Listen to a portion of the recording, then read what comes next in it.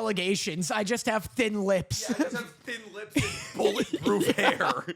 That was the lines you were feeding out in that video were absolutely incredible. Yeah. Listen, like you being like, I don't care what you give me, just make sure that it's bulletproof was awesome. Dude, nobody hates me like me. Mm-hmm. You think of some mean shit. And you're like, oh, I could do a 40-minute roast. And your comments are like, let me do it. I was like, I'm telling you right now, you don't have the zingers about Danny. Danny has about Danny. I don't know if you saw, but I posted today like some more yearbook like leaks.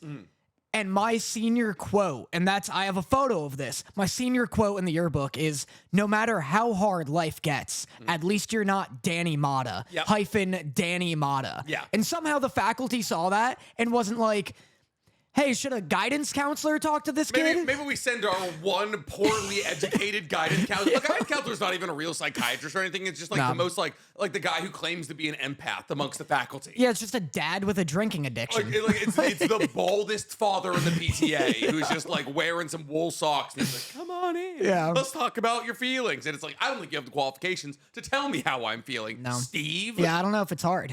Dude, I was terrified of our guidance counselor. Yeah? I was fucking, there was a theory going around our school that they touched the kids.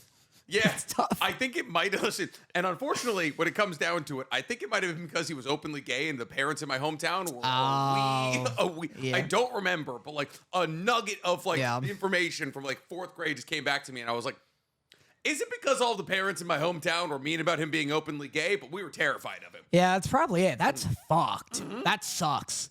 Yeah, the early 2000s were a bad time. Yeah, they were. Especially in small towns. Most times were a bad time. It's not good. We're coming out of it. Yeah. Maybe. Well, no. I felt like there was a bubble where we were out of it and then COVID reset everything. Oh, that was a hard fucking entire society reset. People were alone for too long. Yeah. People were like, well, I got to reset my opinion here. I have no one to be upset with me. I got to get mad again.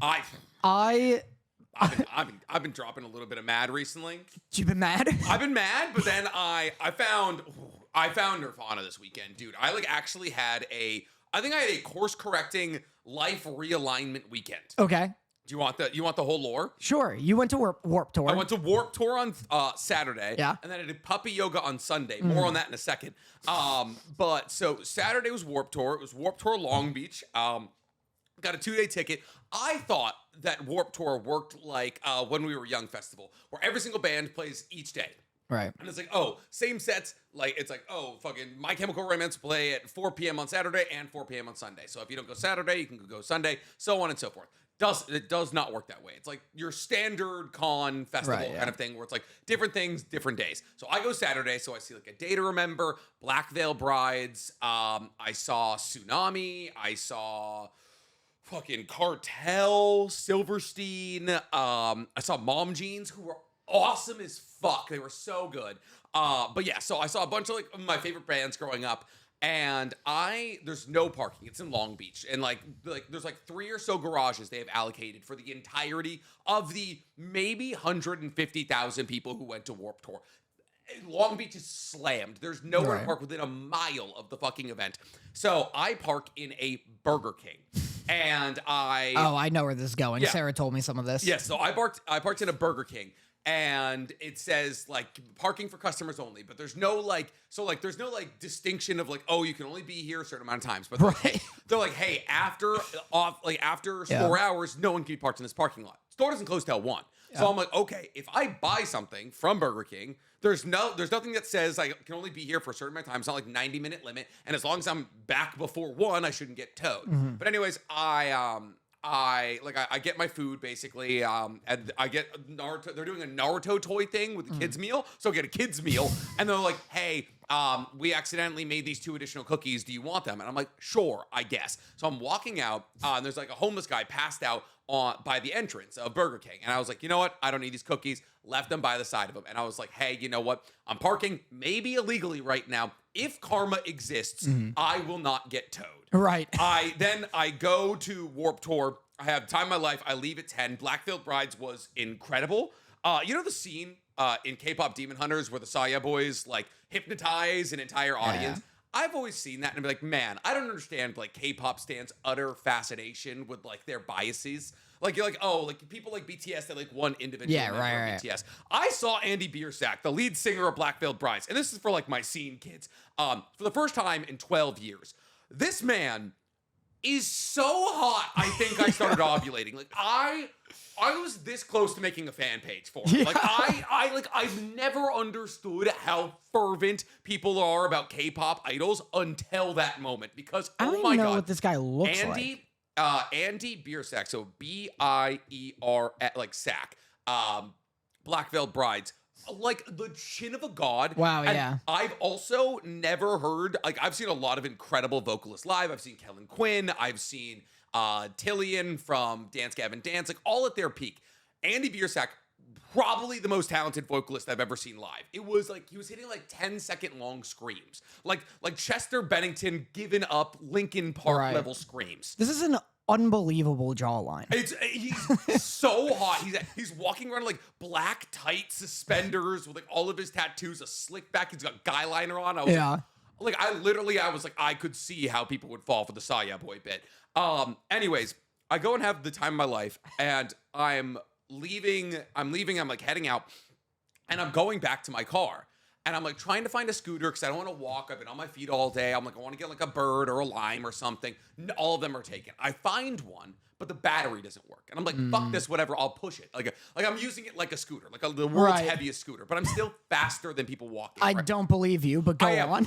I'm still, because like it's pretty flat. Because they're real heavy. They're real heavy, but they also roll pretty well without the batteries. So I'm like going past everyone. I probably get there. I get to my car probably just you like sweating my fucking dick off, scootering uphill. Scooting uphill, dead scooter. Yep. Like I just see like sweat and or tears like coming off your face. Like I gotta get the Burger King. That because I could see on my phone. Yeah. Like you know when you have like if you have like Bluetooth connect to your car, it'll tell you where you parked your car. Yeah. My car's still at Burger King. I'm like, that's good. Yeah. Let's get back to it.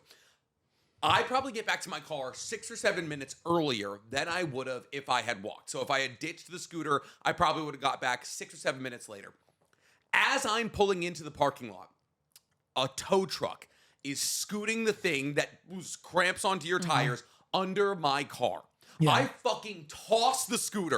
I like literally toss the scooter, forget to turn off the ride. I'm like, that's me. I'm shirtless, I'm sweating. I just threw a scooter, and the guy's like, this crack addict does not own this car. He was like, all right, show me the keys. I get close enough to the car, it just unlocks, and he's like, all right, you're good to go. Whoa. And that's crazy. If I had walked, if I had left a couple minutes later, and like I literally drove home the half hour from Long Beach, and I with the radio off, and I was like, I think karma exists. Like it was like this fucking world shattering moment, because I know in like my scientific heart of hearts that a series of random events simply made my pattern seeking brain try to identify that some greater cosmic force made this happen for me.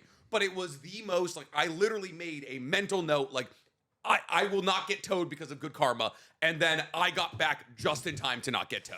I feel like the karma experts will and would say that you consciously cashing in, like literally buying karma, would negate karma, though. Isn't it a thing where you have to do it not expecting a payout? I wasn't like, I gave the guy cookie and like offhandedly thought in my head, I was like, well, if karma exists, I won't get towed. You know? I guess so. Well, but I guess it would be worth it for like the karma deity to be like, all right, I'll give him one where he like knows that Make it so incredibly clear so cut. obvious that now in the future he does it more frequently. Yeah, and so I spent the last week of like not even a week, it's felt like a week, like 48 hours of my life just trying to help people out. I don't know. Like I'm at this point I might dodge a bullet. And Dorothy always makes fun of me because she's like, "Oh, you're the luckiest person I know." Like I just have like a ridiculously maxed out luck stat, and that has something to do with it. But like, it was like one of the weirdest, most transformational like moments in my life. Every week I'm gonna send a tow truck to your house just to just to reset you. You're just like, I'm like, fuck. I was like, it was kind of funny because I was having this mental, like, you ever like have something go well, but then like you like prep an argument in your head for if it hadn't gone well. Yeah. So I was like thinking to myself, and I was like, what if he was like, nah, I gotta tow your car anyways. Yeah. And I was like, you know what, man?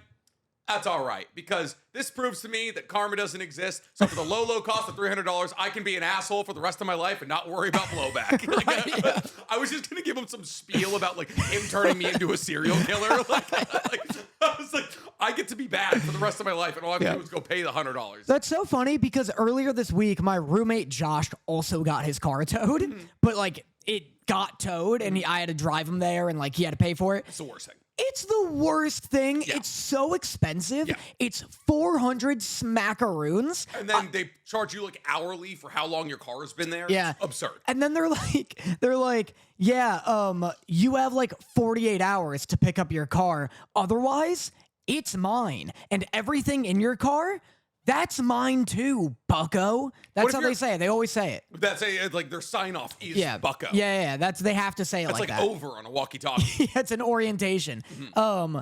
It's crazy because I also had my car towed when I was in college once. And like, there's no, unless your phone number is like connected to your license, there's no way for them to contact you. So you always just think your car is stolen. You got a little. There's half a banana in here. There's half a goddamn. Robex, are we slipping on fucking quality control? What's happening? They were pretty slammed today. But yeah, my shake is definitely not the shake that I ordered. And you have a full unshredded banana. It was half a goddamn banana. I thought for some reason in my brain, banana translated to apple. And I love the idea of a full half slice of apple with the core is just at like the bottom. seeds floating in. Like, this isn't even in the smoothie. Yeah. Yeah, I had to drive Josh.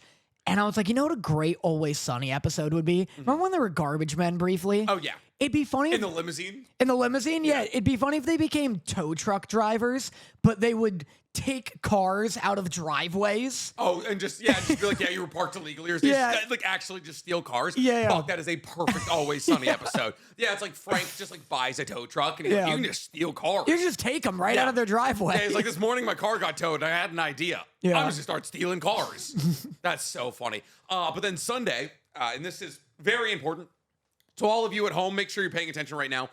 This Sunday, my lovely and beautiful girlfriend Dorothy hosted a puppy yoga event over at this place called Child Pose Yoga in LA. It was an incredible event. I don't like that name. What? I don't like the name of the place. Child pose. It's like one of the poses in yoga. I see. Okay, yeah, that's it's like better. that, like warrior pose, sun pose. And the reason that she hosted this event is because Tuesday, aka the day after this episode is coming out. So if you're listening to this episode right now, it's already out. She is dropping a jewelry line called Positive Change. Now, if you you're didn't say wondering, it right. What? It's positive. Positive. Positive yeah, change. There we go. Yeah, you gotta...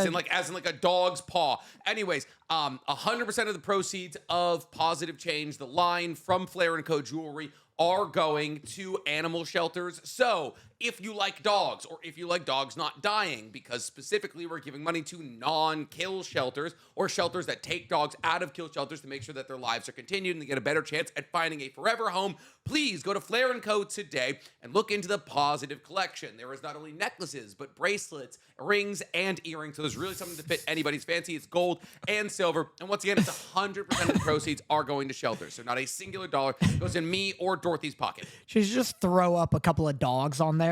Like on the website, it's like necklace, ring, earring, Labrador, necklace. Pitbull. We don't know what you're going to get. If the box has holes in it, you got a dog. Yeah, she sells a mystery box dogs. Yeah. Like you don't know what dog you're going to get. I love the idea of just like I ordered jewelry and it's like a 90-pound pit bull. Yeah. Just like pissed about being in the mail for 4 days. Like, I got a teacup Yorkie. It didn't make the trip. Hasn't eaten in 4 days. Just comes out eating whatever sees it first. Yeah, dude. It's like chickens. It's like chickens impressing on people, but instead just mauling the first person it sees. But yes, if you guys are looking to not only get some incredible jewelry, but also give to shelters to ensure that puppies, kittens, all kind of foster animals and adoptable animals do not get euthanized, then please, the Positive Change collection available on Flair & Co. Tuesday. You didn't like when I was interrupting you before. Oh no. My manager. My manager has a problem. Did she hold up? Come on up. Come on down. Come on up. The CEO of Flair & Co. I don't think it's John. Oh my god, he's here to fucking sell Peacemaker season 2. Can you imagine if you're like, oh, and my lovely girlfriend, door just blasts open. It's Cena. Hi, honey. Da, da, da, da. Hi, you can get it at flareaccessories.com. FlareAccessories.com. Positive Change Collection. 100% of the proceeds go to animals in need. Okay, goodbye. Okay, bye. I love you. Okay. Lots to talk about this week. Me and Danny have a whole... Wait, can I briefly extend a bit? Okay, yeah. We could never do this. Her armpits are sweaty.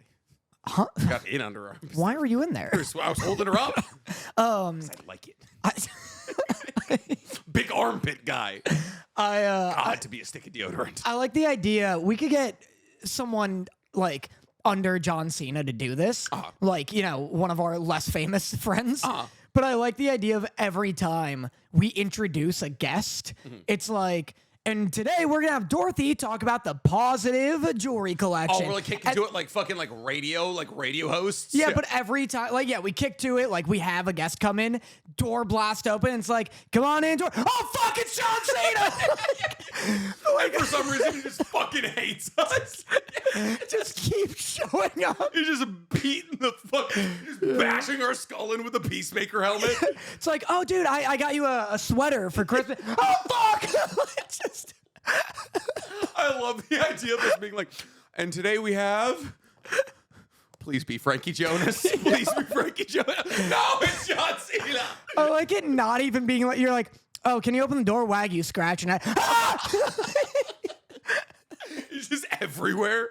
Oh, anyway. Fuck, that's awesome. All right. But let's talk about this week. Do you want to talk about San Diego Comic-Con, which you got into before we get into our anime? Can you put the pod link in the Discord? Boys haven't. I'm assuming a Panda Mom or a mod can do that, right? Yeah, gotcha. for sure. Okay. San Diego Comic-Con. You went to SDCC this weekend. Boy, did I. And you didn't get any of the magic cards. I didn't get any of the magic cards. I couldn't find them. They're apparently everywhere, but also the lines were like 5 hours long. I just simply could. They said it was at Petco Park. I went and like... It felt like I was reading an ad from the 1940s because it's like, go to Petco Park for these free magic cards. Yeah. And I go there and it's like an abandoned baseball field. Okay. And I turn to a guy standing out there. I'm like, hey, where's Petco Park? And he's like, right here. Brother, you made it. Yeah. And I'm like, I look and there's like into Petco Park. Like there was like, you could see the baseball field. Yeah, I'm like in the baseball field. There's like a tumbleweed in fucking San Diego rolling by because it was so untouched all week. Fucking Petco Park was open to the public. You just walk through Petco Park to the Padres play. Walked right in, unless I wasn't supposed to, in which case, no, I didn't. Yeah, I can't imagine that you would just be able to waltz in if it wasn't open to the public. But anyway, couldn't find them. Okay. They were giving out magic cards, like Katara cards and stuff, which looked really cool. Whatever. Fuck me. Yeah. Danielle got one. I know, I was jealous. But, Borf, I also... went to the Has-Been and Hell of a Boss panel, which was pretty cool. They announced all the panels I went to throughout my entire life have all been a little disappointing. That's just if it's not a world premiere, it is by nature disappointing. Yeah. That's just panels. The most exciting thing was the announcement of the release date, which I would have known even if I didn't go. Yeah. But thankfully, Brandon Rogers was just like such a presence, like just a funny dude to watch, like be on a panel. So that was good. It was less like the information dropped. Oh my God. The information dropped at the Has-Been and Hell of a Boss panel was info that like everyone had access to. So I was like, oh man, I kind of wish like only I got to see this. But it's dropping, Has-Been Hotel Season 2, dropping October 29th. They're still on. That was all season 1? Just one season, just 8 episodes. Wait, Has-Been Hotel. I mixed it up with Hell of a Boss. Yeah, Hell of a Boss comes to Amazon Prime September something, and it will be dropping a prequel episode called Mission Zero, which is like, you know, when they all meet, I guess. So that's exciting. The Mighty 9 in Vox Machina panel was was my second favorite because I did get to see exclusive footage, which I found out when I went home. So this was like the advertisement for the last, because the upcoming season of Vox Machina, I think is going to be the last season, Second right? to last. Second to last season. Yeah, Okay. it's going to be season 4, and then season 5 will be the last one. Okay, gotcha. So I got to see a sneak peek of season 4. I don't know what the fuck's happening. You're not caught up with Vox Machina? I saw some of season 1. So much fun. I know, you love it. Unfortunately, I think I'm biased for Vox Machina because I know when I'm watching it, I will never have to talk about this. Like it's like one of those animated projects where I'm like, I can enjoy this, and like no one will ever be like, damn, wish Nick was talking about Vox Machina. And if you're thinking to yourself, damn, I wish Nick would talk about Vox Machina, keep those goddamn thoughts in your head, okay? Yeah, those I'm are not power inside scaling thoughts. Vox Machina. Those are inside thoughts. Yeah. But we saw a sneak peek of the Mighty Nine. They released a sneak peek. We saw that too. Which, by the way, I texted Danny a very funny joke about the Mighty Nine name. I was like, that sounds like a Wolfenstein boss, and he never gave me anything back. So, gotta put the shots up, I guess. That was pretty good. Thank you. I liked it. Yeah. So they released a sneak peek where like the showcase of all the characters like in an interrogation room. Very funny. But the sneak peek they didn't release was so fucking cool. Okay. It's like I can't give a lot away because I was like paid to go. Okay, I was gonna say, did you sign an NDA walking into the panel? I don't know, but they were like fucking don't do spoilers. And so I was like, okay. I guess. And I didn't know if they meant like spoilers for previous seasons of Vox Machina or whatever. Gotcha. But anyway, like vaguely, it's a bunch of wizards, like a group of wizards doing like a tactical heist. Like they're like breaking through a door with magic, but using magic in like a really sick tactical way. Like they put up like a suppression bubble and then blow the door up That's so that kinda like sick. So other no one people can can't hear it. That's kind of sick. It was just some like sick like SEAL team wizard shit. Yeah. That I was so into. The animation was incredible. And like I've said, I've seen some of Vox Machina. Yeah. All these shows that like Is it a Critical Role D&D campaign as well? yeah, Okay. I think it's like their second campaign. Like I think they'll do series for like each of the campaigns. Crazy. Just infinite money. Yeah. So nice. Just like, hey, we do the D&D campaign. People watch it just like us sitting around, like talking with our voices, and then we animate it and make even more money. Yeah. What a gig. What a hack. Literally, a Critical Role, if you need somebody, I can do silly voices occasionally. I can't. This is my one voice. I've been trying them out, but I got my first voice acting role tomorrow. yeah, I very am. exciting. I am getting paid. So Very exciting. That's good. I could do Doofenshmirtz if they need that. I found out today. A platypus? Bury the platypus! Hey, I'm doing it though. I'm sorry. We need to do Fairly Odd Parents. Do a little fucking. I was also thinking about like That's stringy. hard to see in person. Yeah. I was trying to hit the movements, dude. You got to get in the fucking vibe there. I've never felt the urge to like comment grown man, by the way, harder You're than just simply- seeing you do a Mr. Crocker in You're just person. simply being your brain rot. Like the Gen Z brain is seeping into your fucking frontal cortex. It's tough. I think I could do a Doofenshmirtz. I think I could do an Ice King if needed from Adventure Time. Where it's like, what? So They're you're kind of just- similar. You're just like up. You want to get nasally. I can't go down really. Oh, I can go down. Give me a down character. Pain. Almighty push. I sound like Steven. You do sound like Steven. I like. What about my family? That's good. What about my village? You're like George Takei, but I'll take George Takei. You mean incredibly well-known and famous actor George Takei? Yeah. Of Star Trek fame? yeah. And also Twitter fame? I feel like he was like kind of big on Twitter, like early Twitter. Seen Kung Fu Panda? I have not. I almost lied. I'm Trying to be better about that, because karma. No, well, yeah. Be better about that. Just No, to only because be karma. better. Only because my car get my towed. I do not want my car getting towed. All right, I'm sorry. It's just they're gonna run outside one day. Your car's getting towed. And you're like, what the fuck? I didn't lie. I didn't lie about anything. It's like a weird car-based tooth fairy. I can live with that. Listen, I need incentives. Yeah, that's if fair. God made it, if like God existed and there was an incentive-based program Yeah. that actually had payouts, I'd be in the front of the line for the church. That's fair. But fucking God works in mysterious ways, and therefore I mysteriously don't go to church. But yeah, so Mighty Nine looks awesome. I was like really genuinely very excited to see it. That also comes out in October or November, one of those. Huge. But that's hype. And then I saw Project Hail Mary's panel, which is a movie coming out based on the book by the guy who made The Martian. If you saw that. Oh, yeah. Matt Damon stuck in space. Matt Damon, he's fucking planting all those potato poop seeds. Yeah, all the poop potatoes. It's another space thing. one. Gotcha. Okay. Ryan Gosling is now stuck in space. Does this guy just make stuck in space movies? Is that what's going on? Yeah, people just keep ending up in space. Remember that movie where Sandra Bullock was just stuck in orbit for like an hour and a half? Yeah, Gravity. Yeah, that was a movie of all time. That was great. That was pretty good.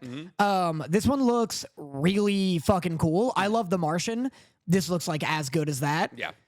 But Also, not as Matt fun Damon, to talk about on Matt a Damon, podcast. like, did The Martian and then Interstellar in like a year, like a year or two from each other, and it was just like, oh, is Matt Damon the stuck in space guy now? Yeah. Now I always get those two goddamn movies mixed up. Get this guy out of space. Get him out! Stop sending Yeah. me. Matt Damon's like, send me to space. I'm like, no, I'm Jeff Bezos, the only guy allowed to do that. You can't go, Matt Damon. Have you seen what's it called? The like memes where it's like, why are we like the government has spent trillions of dollars trying to retrieve Matt Damon?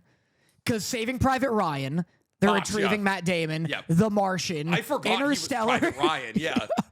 It's just he's in so many movies. Fucking what's the one where he's the action star? The trilogy. Born, Yeah. Dude. They also or the government are like, we lost him. We lost him. We need to get him back. We spent so much money traumatizing this child to turn him into the fucking ultimate killing machine. God, the Bourne trilogy is so slept on. I never saw You like haven't any seen of the them. Bourne trilogy? It's like Dorothy's favorite movies. Yeah, but Dorothy's favorite show is Suits. So Fair, and that's a legitimate qualm to hold against her. Honestly, bring that up. Yeah, it's like those goddamn trolls in comments. It's like OnlyFan link protected, opinion invalidated. It's like, fuck those guys. But next time Dorothy's like, well, I actually didn't like the Superman movie. It's like, well, you like Suits. So, all right, here we go. But yes, lots to talk about this week. We're gonna get into our anime here. We're watching probably the most anime we've ever watched in our entire lives. sorry, before. someone commented, anyone got a link for Dorothy's site? That could be. It's just gonna be Flare accessories. Let me get the actual. I think it's gonna be Loose Moose Apparel. It's gonna be Loose Moose Apparel. Fucking betraying Dorothy for your other friend. You know what? Listen, if whether it's Amos or Dorothy, I'm getting pulled in both directions, and either direction is fine. I'm gonna send the link right now into the chat, but it is flareaccessories.com. So yeah, I just sent the link right there. I don't know if somebody can pin that or not, but yes, flareaccessories.com for any and all Flare and Co jewelry.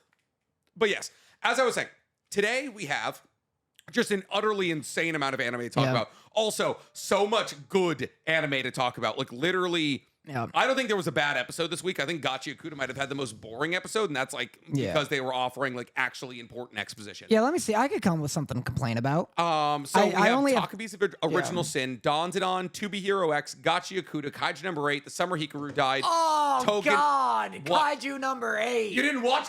Have you watched either episode of Kaiju number 8? No, and I didn't watch Sakamoto Days on purpose. Oh, I forgot about Sakamoto Days.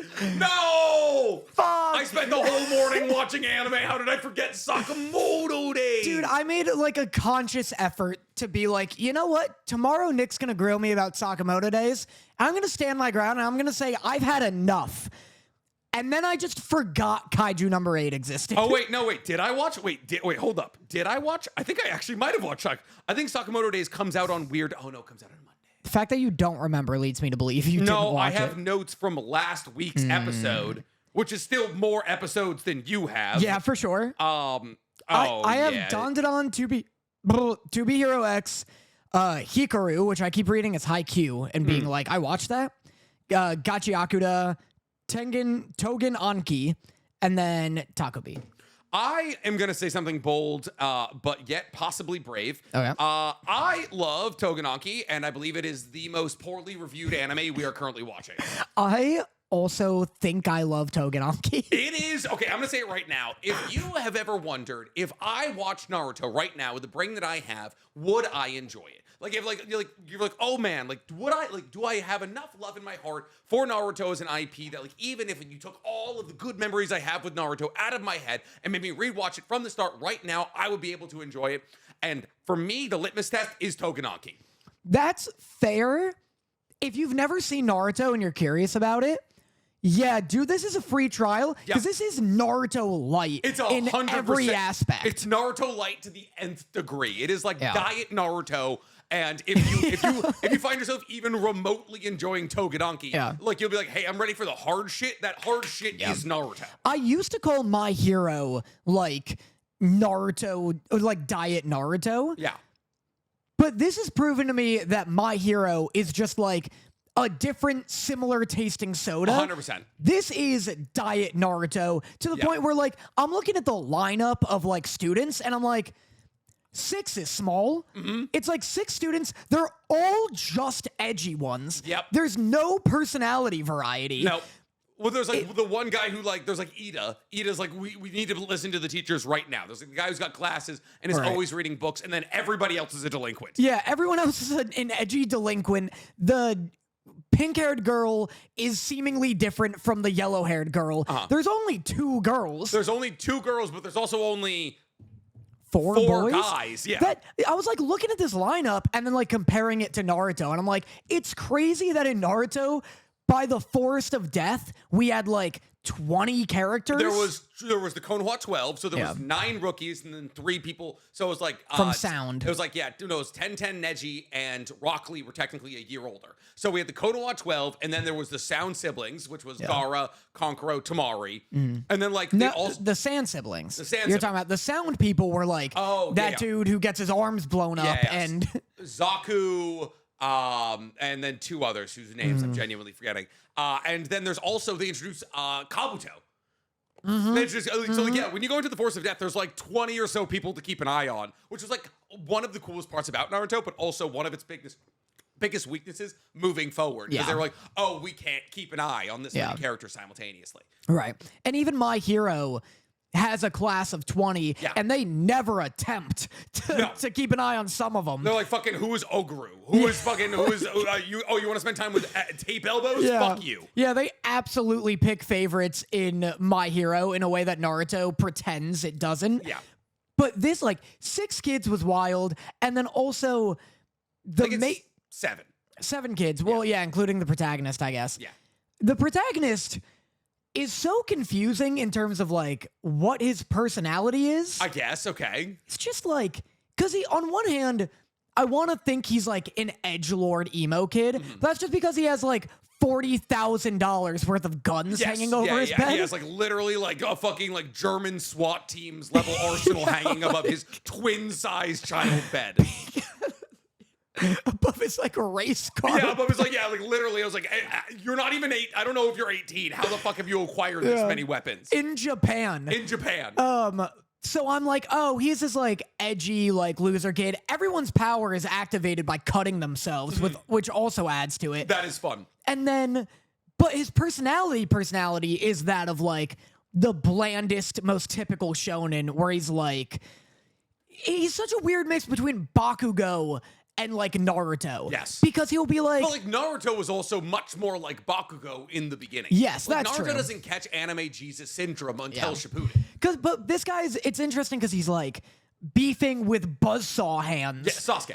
So with Sasuke. Yeah. And he's like, come on, I'll kick your ass. And then Sasuke throws a move at him. And then he's like, hey, what the hell? That was dangerous. And it's like... Because it almost hits the incompetent pink-haired third girl in their trio. Yeah, it is literally mouthy delinquent who's underpowered and has an insanely broken ability that he cannot control. A troubled child who has beef with his family, probably. I think he has like beef with his father or something. And then there's incompetent pink-haired girl who holds on to a mass amount of power but doesn't know how to control or use it. Yeah. And it's like, oh my God, that's Team 7. And then they threw them into the Forest of Death. Yeah. And the Proctor just watches them fight as they almost kill each other. Well, they're fighting over not scrolls, but also limited items that they need to get in order to pass this test. Well, they're doing the Bell test and the Forest of Death at the simultaneously. same time. But also in the Forest of Death, you needed a Heaven and Earth scroll. Right, yeah. So like they have to fight against each other to get these limited items to get out of the Forest of Death. Right, but at the end of this, they also have to fight the teacher, which is the Bell test. Yeah. And also it's episode 3. Yes, that's the thing. And so like that's why I find Togen so funny, because I was like, oh, this is Naruto in modern day pacing. Yeah. I was like, because like if they tried to run Naruto today, they'd probably just cut the Land of Wave arc. All of Zabuza? I think they would probably cut. Like, no, I think it's an episode. Maybe. I think it's like 1 or 2 episodes of Zabuza, because it's good. People like fondly remember it. Oh, 100%. I think they cut what, like, there's one either just before or just after Sasuke and Naruto are like in the hospital together, where they're in like the land of rain or something. Do you remember there's like a weird like filler chunk where they go and there's a guy with a sword, I think. Okay. People gotta help me here. It's like what hospitalizes them, I think. What hospital would like put Sasuke when he's got like the long legs in the hospital? Yeah. That's the tuning exams. Then just after that, me when I'm in the land of rain, not helpful, Swanky. No, they never go to the Land of Rain. There is people from the Land of Rain sent to the tuning exam, so they don't go. No one actually goes to the Land of Rain until Jiraiya goes and dies there. I don't know. I'll find it eventually. But yeah, there's like a weird like.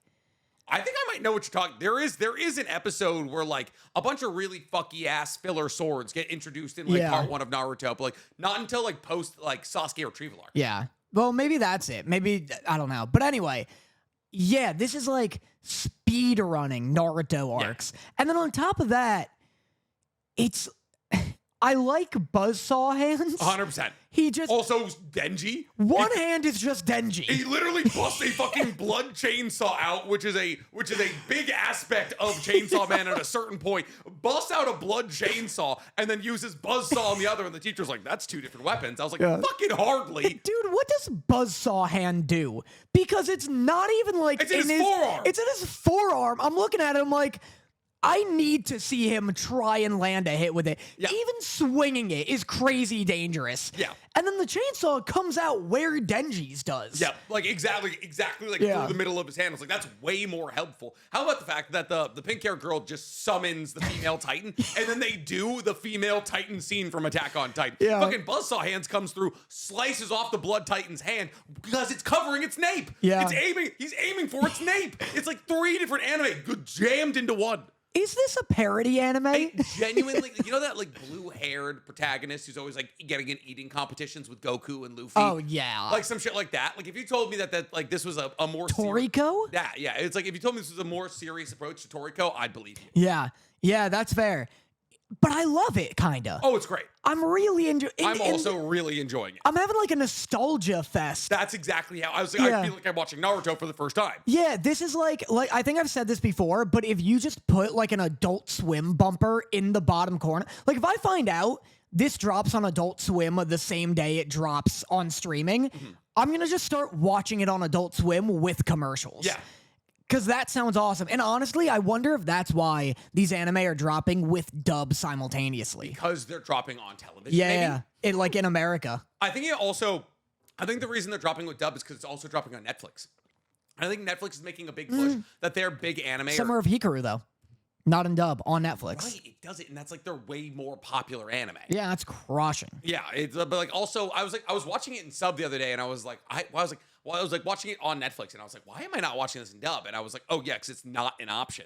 Yeah, it's like how I felt about Lord of Mysteries. I was like, I cannot believe they tried. Like they're like, oh, here's gonna be one of the biggest projects we ever got, and then like let's drop it in Chinese only. I know. I gotta catch up with that one because I do want to. 30-minute episodes is so hard to get into. Let me see. It's the Land of Tea arc.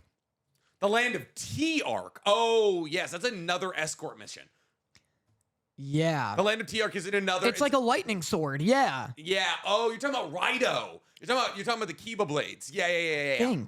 Yeah, so I think you're talking about Raido, who is one of the 7 swords into the mist, and his Kiba blades, which are like the twin blades that like they have like electricity like applied to them naturally that makes them like the world's sharpest swords or something like that. Yeah. And then in that arc, Naruto kills a guy.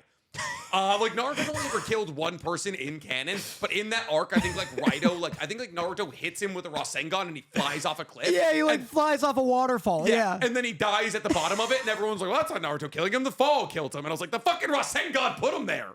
I don't kill people. My bullets do. Yeah, it's like, oh yeah, it wasn't the speed that killed him. It was the rapid loss of the speed. That's so funny.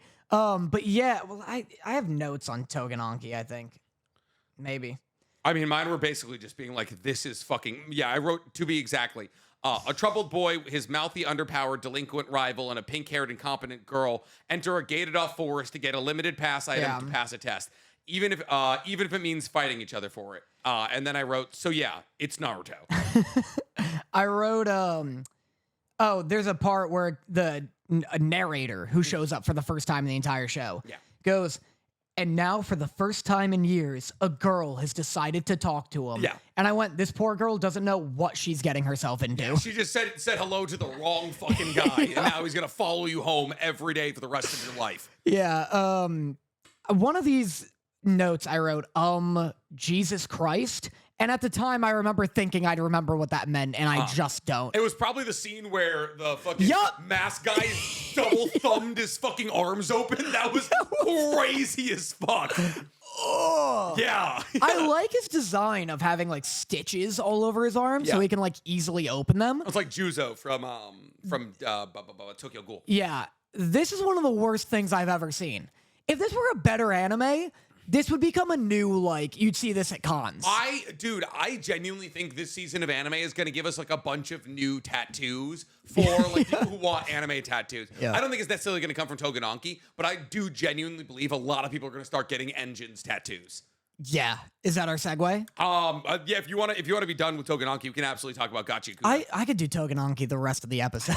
It's so much fun. The blood is so viscous. I wrote, hate how goopy the blood The blood's is. so goopy, dude. It's so thick. It's so gross when it's coming out of her eyes and it's like lipping over. Yeah, and like she like her like it was like Yeah. the fucking kid that you know that's in prison now when they flipped their eyelids over. yeah. Like she had like flipped over eyelids. I was like, let this Ugh. girl die. I hated how her blood, like Titan, had hair and teeth, Yeah. so she can make hair and teeth also with blood. One of them, fucking the main character made a goddamn grenade launcher that worked. Yeah, well, that's fair, but like, I guess so. Like you made a fucking noob tube, Yeah. and I guess he just gets to reload it whenever he wants. No fucking what was the pack? One man army necessary. Yeah. I guess they like. It's interesting because they kind of imply here that they are losing blood by doing this. So it's like, oh, limited time ability. But they haven't really like gotten too much into that. That'd be cool to see it used as like a resource. Yeah. I mean, like that's the thing. Like, yeah, she lost all this blood because of a Titan. She's also kind of like buying into the Yuta ideology, where like her blood is her sibling, because she calls her like big sister. So it's like Rika, kind of. Yeah, exactly. Where like her blood has its own will. So like it is just like a little bit from everywhere. Yeah. And so like if you guys want like a legitimate, just like turn your brain off fun shonen that reminds you of what it was like to be a kid, that's the one. The animation's also like perfect for what it needs to be. Like it's not blowing me away. But like the CGI is like good. Like the CGI is very good. CGI is good, and it's like there's enough movement for like what I want it to be. Like everything about it is exactly what it should be. If the animation was any better, I'd almost be like, we're wasting funds here. You know, like give these to Blue gone Lock. to somebody else. Like throw $1 million extra into Takopis original sin or some shit. But yeah, I do want to talk about Gachiakuta because this is probably one of our more boring episodes that we got, but like is a really good, like I think it's a really good like show of like A, this is a funny universe, and B, like it's like filled like a lot of the strongest parts about Gachiakuta are the characters itself. Yeah. So we got so Engine, we opened the episode with Engine, and then Engine, Naka? Rudo, and it's like a Z. Zonka. Zonka. Yeah. And so this episode is all about like Rudo. Basically, it's like an exposition dump episode to be like, hey, here's how the powers work. Here's how like oh, it's crazy that you can use multiple things. Yeah. But yeah, I do think that we're gonna start using, because I think Gachiakuta is gonna be for the next 3 to 7 years. Gachiakuta is gonna be a top 3 anime, I believe. Probably. Like it's gonna be like Soul Leveling, JJK, DanDaDan's, and Gachiakuta. I think those are going to be like our key 4. Yeah. And I think we're going to get a crazy amount of people not only getting like Engine's like neck tattoo, but also he's got these like really simple like bands on his fingers. I think we're going to see so many. It's got such a good look. Yeah. How do you feel about the dub? I like it. Do you not? I like it enough. I don't know. I keep like wanting to swap over for some reason, and I might. I think Rudo's voice actor, I think Engine's voice actor is perfect. Yeah. And then I think Rudo's voice actor is also very, very good.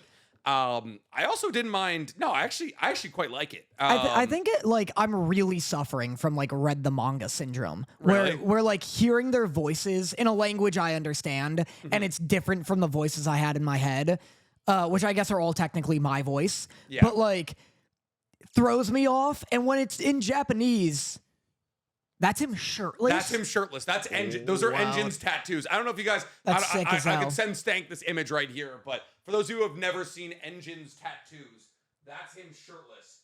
He's got like classic Yakuza. That's like, sick. tattoos, and Yeah, they're like blackouts, but with the dope. red accents. Yeah, they're like dope as hell. Yeah. So like one day when I black my arms out, this is probably what I'm gonna end up doing. Yeah, he's very cool. Yeah. I really liked. I like this in the manga and I like it in the anime. Uh-huh. Rudo. So he encounters conflict with Zonka. Yeah. And I like him flashing back to what's his name? The guy. His dad? Yeah, his dad. Recto. Recto. Yeah. He flashes back to Recto, and Recto's like, no one's gonna listen to you if you're coming at them violently. Like, you gotta meet people on their level. And then I like him being like, you're right, I stole your thing, and that was rude of me. I'm sorry. Yeah. And them coming to this little understanding. And then him trying to smile is so funny. Which is like, I relate to that moment so hard because the reason I had a fucking lollipop smirk high school photo is because by the time I hit a senior in high school, I was like, I don't know how to smile. I'm not fucking doing it. Yeah. So I was like, I'm gonna bring a prop and I'm gonna make a thing out of it. If I got a shorter haircut and I shaved my You'd beard look down, identical. I could probably recreate that photo. You had not a bad goatee. It was like just mustache and a little down here. Well, that's the thing is I didn't grow it on my cheeks back then. Yeah. So I mean, $4,000 later, and I got it set up. Yeah. But yeah, so I mean, not like a crazy episode for Gachiakuta by any means. Do you like the poop stick? I love the poop stick. You love it? I think it's such a funny bit. I like the idea, and I wish this was canon, because he turns it into a whatever, mortal instrument or something. That's not what it's called. That's the It's called book. the Vital Instrument. The Vital Instrument. You're thinking the book City of series. Bones. Yeah, you're thinking City of Bones, baby. But turns into a vital instrument, which would mean that it would like do something, right? Yeah. And I like to think, Came projectile weapon. well, because poop keeps coming out of it, the vital instrument version has an infinite amount of poop it can generate. You know? Pretty good. Yeah. Pretty good. Or it's like sometimes when like it's even too bad for a plunger, and that's when you gotta call like the plumber to get like the fucking snake. But every time, just like one pump, plunged. Yeah. That would be pretty useful too. Yeah, Because there's offensive and defensive types of vital instruments. That could be the defensive type. They should get like, they should make plungers with like gas canisters, like compressed air. Just and fucking, just that would be sick. just take it off and all the porcelain's cracked. Like, That's almost definitely what would happen. You just blow you blow the back out of your toilet. There's just shit water everywhere. That would be devastating. I can't believe you didn't watch Kaiju number 8. you have to text me. Here, I'll add it to my, the reason I know what to watch is because I have like a list here. I also have a list, and it's absurdly long at this point. Do you want to talk about what I believe to be my favorite episode of the week? If it's Kaiju number 8, then no, I don't. No, Kaiju number 8, the only big thing about this episode of Kaiju number 8 is like it's set up for a big fight. Like it's like a setup episode to get to the big fight. Like it did the classic Kaiju number 8 thing where it was like, hey, this is just enough, like 22 minutes is just enough time to get you close to what's going to happen in the next episode. That was your issue with Kaiju number 8. The episodes need to be like 4 minutes longer. Yeah. Because like the first 4 minutes of every episode, you're like, oh my God, everything's going crazy right now. And then by the time you get to the end of the episode, it's like, oh. Yeah, suck some of that time out of Lord of Mysteries. Like fucking inject like 6 out of those 36 minutes into an episode of Kaiju number 8. Basically, the biggest thing was they dropped the OP for this season, and it's insane. Is it in English again? Is it another like English emo band? No, it's definitely not Youngblood. I'll tell you that right now. But it's by Aurora, who's this really trippy EDM artist, and it's like trance house music, and the quality of the sound is like, you're like, oh, I didn't know my speakers could do this, and B, the visuals are like, it's like actually like rave level visuals for the intro. Crazy. It's fucking nuts. I mean, I love the original intro. Save my life. Oh, you save my life. Yeah, I've been big on Youngblood TikTok recently because I was mourning Ozzy Osbourne's death, and apparently Youngblood was like a fucking child to him. Yeah. So I've just been like seeing Youngblood everywhere. Everyone calls him Evil Harry Styles. I fucking hate his music, but he's done a couple of covers of Ozzy's music. So he just makes like. It's so sad because like he like has the aesthetic and the voice to do like metal music, and he just makes like very generic pop music. And you're like, why are you wearing guy liner if you're gonna sing like a love song? You have a lot of opinions on this. I want him to take over. I want him to fucking bring Black Sabbath back together or some shit. I've been very sad about Ozzy Osbourne. Yeah? Yeah, he means a lot to me. I think he was a bad guy. He was a he was a drug addict in the 80s. Well, I think it was bad to Shannon.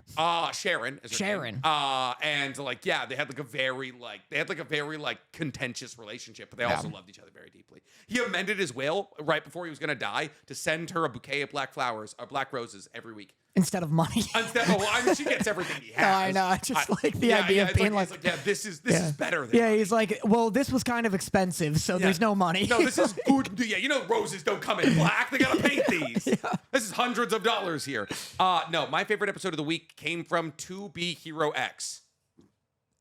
Favorite of the week. You didn't like That's crazy. It's that or Takopis Original Sin, but this episode DanDaDan was so good. DanDaDan was also great, but like I said, this was a packed week for All anime. right, this was your favorite one. I have 2 notes for this one. You have 2 Did you not see what was happening at the end? Like all of the lines coming together? Like the last 3 arcs all tied together in this last episode. And Big Johnny became Big Johnny. Big Johnny is now living up to the name. All right. So for those of you who don't know, we're talking about like episodes. We're talking about the last episode like of the 17. Johnnies. And I don't know if you noticed. I don't know if you watched To Be Hero X with the subtitles on, but little Johnny's mother's name, his sick mother's name, guess what it was?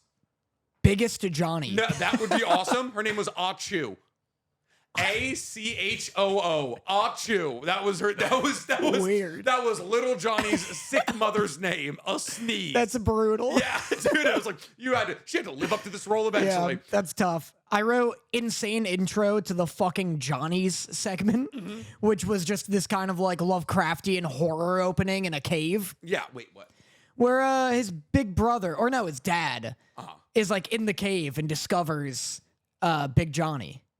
Oh, but it's all ominous and shit. Yeah. I was like, this is a weird tone for the Johnny's and then episode. They're like, oh yeah, and by the way, his mom's dead. Yeah. Have fun tackling that. So we got a new term here with 2B Hero X called Dawnfall, and they're like, hey, now people can no longer get as strong as the gods. So like gods have been kind of introduced, and like obviously the entire season is kind of revolving around what happened with this alien crash, right? Yeah. And like Big Johnny is possibly tied to that alien crash. Like, oh, the aliens crashed. Little Johnny's dad was sent out because he was like one of the top heroes. He was a healer. He ends up getting Big Johnny, bringing him back. Little Johnny like adopts him as a son. But basically, the big thing that comes like from all of this here is one question: was Shang Little Johnny's dad Dante Bosco? No. You don't think so? I don't think so. Kind of sounded like Dante Bosco. No way. I would have noticed. You would have noticed Dante Bosco? Yeah, he has one voice and it's his own. And I feel like he was doing the one voice. I'm looking it up. You're looking it up? I'm looking it up right now. Because it would be at the very, very top. No, he was in Date Everything as Dante. Did you ever see that game, Date Everything, where you date your kitchen appliances? Yeah, I got to play that for stream. That's it for stream. Yeah. Or like a Patreon stream? No, like a stream. Or just like a stream? You just want I stream sometimes. You want to see what that rat trap's got fucking going on? Yeah. I've been spoiled on what any of the appliances look like, so I'm excited. I got all of them on TikTok. Yeah. It's fucking hilarious, actually. Yeah. It's really good. It's a good idea. Oh, it's a great idea. Anyways, so... Actually, sorry, I've been getting TikToks of people that have you seen like the discourse around it lately? About like what? Like who's the best waifu or something? No, it should be that. 100%. But there was discourse where some people are like, if that can happen in the fucking Stardew Valley discords that like or like Reddits, then we should be able to do it to Date Everything. No, absolutely. But I think that's the point of Date Everything. That's not like a discourse. That's like fair. The discourse is people are being like, oh, I'm straight and I feel uncomfortable like flirting with like the opposite gender characters. I shouldn't have to, and this and that, and vice versa. And people are like, don't buy Date Everything if you're not open-minded to dating everything. Oh, I'm sorry, you draw the line at penises, but not a built-in freezer? What are you talking about? But I've just been seeing a bunch of that and just people like shutting it down and being like, no one told you to buy this shit. Like, it's a $12 game on Steam. It's a dating sim where you fucking see if you can stick your dick between your cupboards. What are we talking about? But anyway, so this was your favorite episode of the week. Dude, because the end of this episode, not only do we see there's the reveal that Ghost, like in the very beginning of Ghostblade's arc, we see that he's killing somebody. Yeah. And the person's like, don't kill me, that kind of thing, talking to Ghostblade. And Ghostblade's like, oh, everybody that I kill is like guilty, you know? Yeah. And we Yeah, if I'm killing you, you deserve it. Exactly. And we're spending this entire episode seeing that Johnny's dad is like a really good person. He's a healer. He's a hero. His wife dies. He moves them to the mountains. He's like just trying to live like a slow life. But the former ex-hero, Vortex, I believe, who's like dealing with the Vortex. That's very good. He's dealing with the up and coming ex, the guy who can like switch between the animation styles. And he's like, please come back, I need you. And so you have to assume like, oh, Vortex like basically told Ghostblade to kill little Johnny's dad for like not coming back or something. So now we know like, oh, because like we know that little Johnny and Ghostblade are together right now. Like they're together with Loli, they're together with Nauta or whatever her name is, Ghostblade's daughter. Yeah. And so it's like, oh shit, like that's a big secret. And then we see little Johnny, or we see Big Johnny turn into the giant kaiju that Loli and Queen drove their fucking car into. Yeah. So not only like everything from Loli on is now clicked in one episode. Yeah. That's crazy. I agree. It is crazy. It's nuts. It's very good. I mean, this we've talked about before how like the link click isms really bleed into this in terms of just like, I trust for this show to stick the landing because link click always has. Like link click knows long form storytelling and fucking like how to get payoff. Yeah, like planting seeds, paying them off. Whereas other shows that are very like intrigue based like this, where like the whole time you're like, I don't really have my bearings. We're moving backwards. I'm confused. I get nervous being like, I wonder if they just like had a cool, intriguing idea, but like don't have a great payoff. Yeah. I trust that this one does. So yeah, I mean, it was a really good episode. It was very interesting. And I do like that young Johnny is like symbiotic to, Big Johnny, or how little Johnny is symbiotic to Big Johnny, where like Big Johnny feels anger. And so little Johnny or fucking whatever. Yeah. One Johnny feels anger, the other transforms Johnny gets based real on big it. and pissed off. Yeah, I also like why he names him Big Johnny or Little Johnny. I'm going to get this show canceled. Yeah. Big Johnny is the bet. Little Johnny is the. Which why did you name your child Little Johnny? I don't understand that either. Well, he does. I mean, you know, they call him Little Johnny, like as a bit, like as a nickname. I have a friend. His name isn't Johnny, if I remember correctly. Well, but I have a friend called Little Noah because I also know a different Noah who's older than him, and I call him Big Noah. Well, that's the thing. But there was no Big Johnny before there was Little Johnny. Well, you just call him Little. He's small, I guess. But I like that he's like, well, I'm Little Johnny, so you're Big Johnny. Yeah, and that's fun. Yeah, the stuff with his dad is interesting because it is like. There's something to say about a guy who can heal people being like, no, I just want to live a normal life. And it's like, does that make you a shitty person? Are you taking your incredibly important and possibly very useful talents away? Yeah. But then he also has this thing who's like, well, I don't believe in myself because like he couldn't heal his own wife. Yeah. So like maybe he's not even taking his talents out of the equation. Like he just feels like he no longer has them. Yeah. You know? Yeah. So I like that. That's like an interesting, like morally flawed, possibly character. And then, yeah, like I said, like you said, the ending ties it all together, which is very exciting. Even though I came in on this episode, like kind of muted, especially compared to you, by the end of the episode, I was like, I reflected back on what this show is, what this season is. And even though the stop and start structure keeps kind of like it's not my favorite way to structure a show, and I wish it was like more linear rather than like a bunch of like character-based vignettes. I'm like, this is one of the best anime, probably. Oh, 100%. Right? Like, 100%. It's pretty crazy. Just as its own unique, really sick package. Yeah, it's like, it's in the same category to me as like a Tower of God, a Fooly Cooly, like a Wonder Egg. Yeah. Where it's this, apparently there's only going to be 2 seasons, but it's this like little pocket anime that's not trying to be a big franchise. It's not trying to make an MCU, you know? It's like, hey, and that's why, like, it's so funny to me because, like, I had this conversation recently with Tracy Allen on a stream where I was like, he was like, oh, do you feel like anime is like getting too simple? Like, our attention spans are being fried, that kind of thing. And I was like, no, I don't think so. Like, I think, like, there's so many anime doing, like, deeply unique shit that are, like, also, like, this is not an anime that gives payoffs to, like, a short attention span. Like, it looks really good and the bites are really good, but, like, you're getting new characters every episode. You're you're like, oh shit, like I have to reset how I feel about this universe every 3, 2, 4 episodes, and then like reinvest, like re-dive in kind of thing, and then like wait for these kind of huge payoffs. I was like, this is a unique story that's like representative of the fact that like unique stories are still being told through animation. Just because solo leveling is popular doesn't mean that like, oh, we've collectively lost our ability to enjoy with higher forms of media. Yeah, I mean, at least the anime I'm consuming is some of the most like intellectual anime I've seen. Like Chainsaw Man, we've yapped on end about how it's like way more introspective and like intelligent than a lot of other popular shonen. Summer Hikaru Died is like similar, where I'm like, man, this is some like heady, artsy shit that I've never seen in anime before. 100%. And it could just be because we're experiencing like a wider range of anime these days.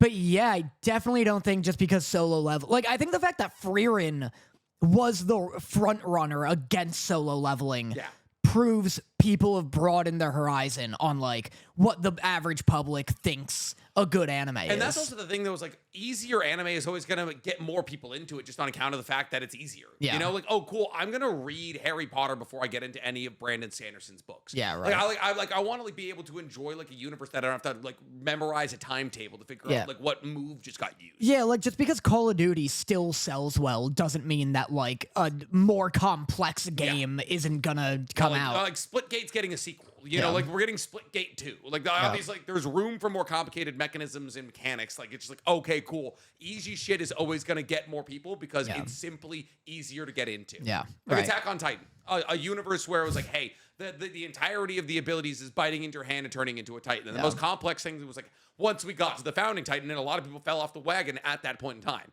Did you hear what the Dragon Ball editor was saying about Attack on Titan? Oh, I remember he was like fucking bad talking about it. I remember what he said. He was like, here, I'll look it up because it is funny. He claims that Oda, whom he considers a talented artist and author, would have received strict feedback on his series if he were working with him. Crazy listen, shade. And here's the thing: we've long been of the opinion that Dragon Ball was largely saved by its editors because everything that Horikoshi wanted to do was like not Horikoshi. Yeah, Toriyama. Toriyama wanted to do was like kind of obscene, and then his editors were like, "How about we don't do that?" And then they made the right choice. Yeah. But Oda is not the person you point a finger at and say that guy needs direction. Dragon Ball's editor stated that Oda has become too involved with adaptations of his story, implying that he has somewhat neglected his manga.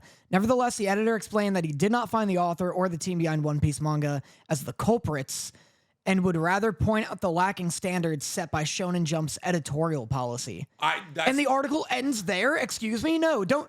That's crazy to throw shade.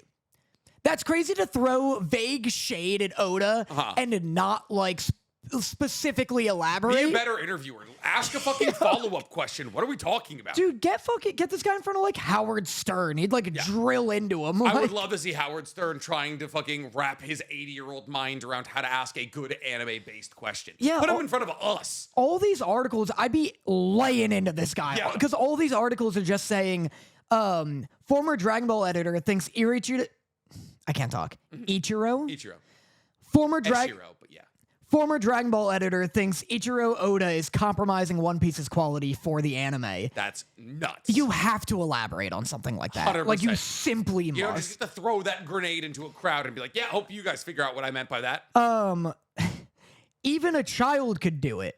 Shonen Jump editor calls out Attack on Titan as just making a lot of noise. These are crazy articles. Listen, this guy's got a fucking sack on him, I'll say. Either that or he's like on his deathbed. I was about to say this guy just got like, he was like, yes, terminal cancer. And he was like, whatever, I'm playing with house money.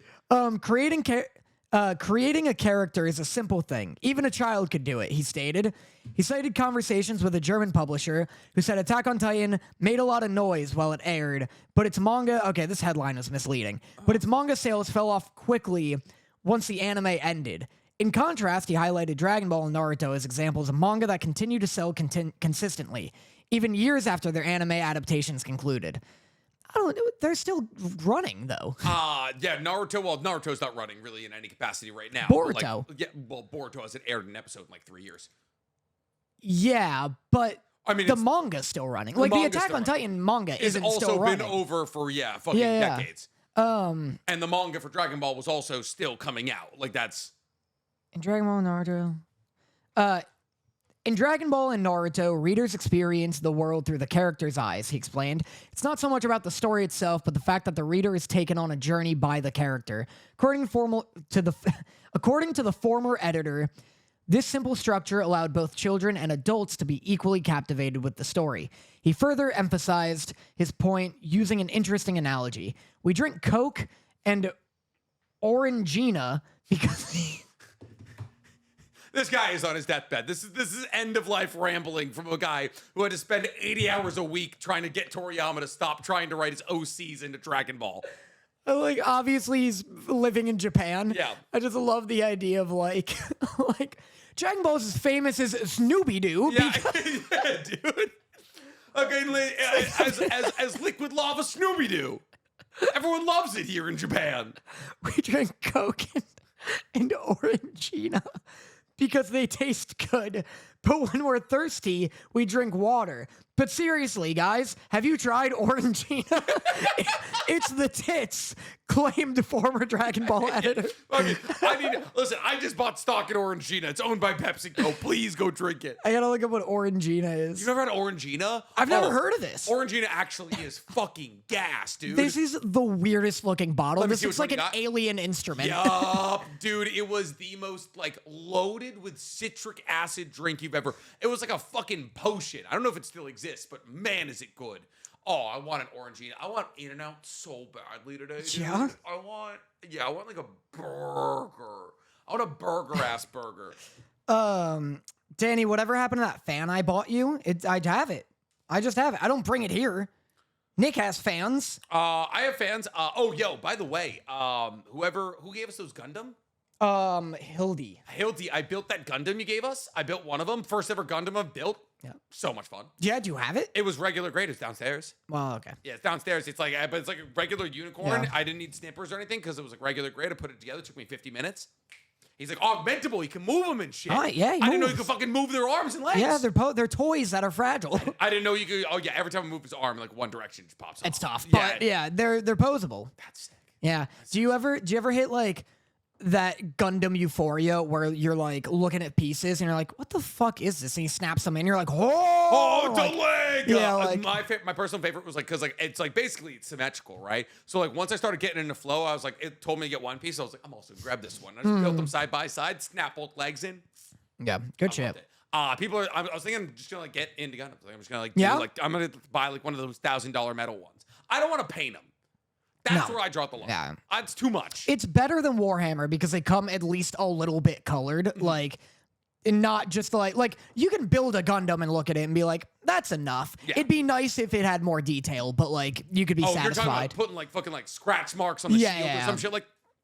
Nah, fuck it. I'll get one on Facebook Marketplace. I'd love a metal frame one. I can never find them. Oh, so I've been to the Gundam headquarters like multiple times in Oh, Japan, sick. and they have like all of like the full gold ones. Yeah. They're sick as hell. That's sick. But anyways, we were talking about To Be Hero X. This is the first out of 3 episodes from the Little Johnnies, or just from the Johnnies. Yeah. So big episode, gonna be very fun to see where this goes. You said you loved DanDaDan's episode this week? Yeah. Yeah. Why? Just fucking good. Like I was watching it and I was flabbergasted that DanDaDan season 1 wasn't really in talks for anime of the year. Yeah. Last year. Like I mean, it was, but yeah. Like no, the discourse was all like Freerun Freerun solo versus solo leveling. Dude, DanDaDan's just like consistent peak quality. This season is better than season 1, though. That's fair. Yeah, maybe this will be like JJK season 2 where people are like, now it's kicked in and like it's gonna sweep the awards. But like this episode, the previous episodes were good too. It's just the fact that like I watched this one recently. Yeah. It's just I honestly, so all of my notes from this episode are all about everything. You just like fucking like Sonic tripping at high speeds. You just lost all your coins. I need to give some credit. Like all of my notes are just like me like glazing the fuck out of this episode. But Abby Trott Momo Ayase's Yeah. English voice actress. You love is her actor. So fucking talented. Yeah. Like she was in contention for voice actor of the year. There was I think it was AJ Beckles, Alex Lee, and Abby Trott. I think she was the only one left out. I think it was AJ Beckles, who's Okarun, and do they link male and female together? I don't remember. Maybe not. Actually, I think she might have been in talks, but I know she didn't win. But she's so fucking talented. My exact notes are Momo dropping a blow me elite. And then I said, glub glub bitch. She truly deserves to win an award. When I see Momo Ayase running through this fucking village holding a dead snake and she jams the ass of the snake onto an active geyser and then it says glub glub. I was like, if you're watching DanDaDan in anything but dub, you are doing yourself an enjoyment disservice. Yeah, she's so good. She's just so like from Jersey. Yeah. Like she's got that like gravel to her voice and like it all feels so natural. Yeah. Yeah, I mean, I agree. They're all myself, great. like, honestly, like, just, like, reveling in the voice acting that she was doing. Because, like, Momo was sprinting almost the entire episode. So, like, Yeah. she's like, Yeah. and then she's, like, doing her lines winded. And there's, like, still such good delivery. And they do such a good job. I think it also has to do with the writers. Like, I think, like, there's a legitimate, like, praiseworthy writing job being done translating this to English. Because the vernacular, the slang is also fucking spot. Like, it just feels like... It feels like the kind of shit I would say. Like when I like just like the one-liners and all of that, like her being like blow me, like fucking glove, like all of these things are written in such like a good topical fun way. Yeah. Like it's like actually like it feels like a show meant for people who speak the American English I speak. Yeah. No, I agree. I think the dubbing is incredible. The writing's great. The music was really good this episode. I literally had a note. I said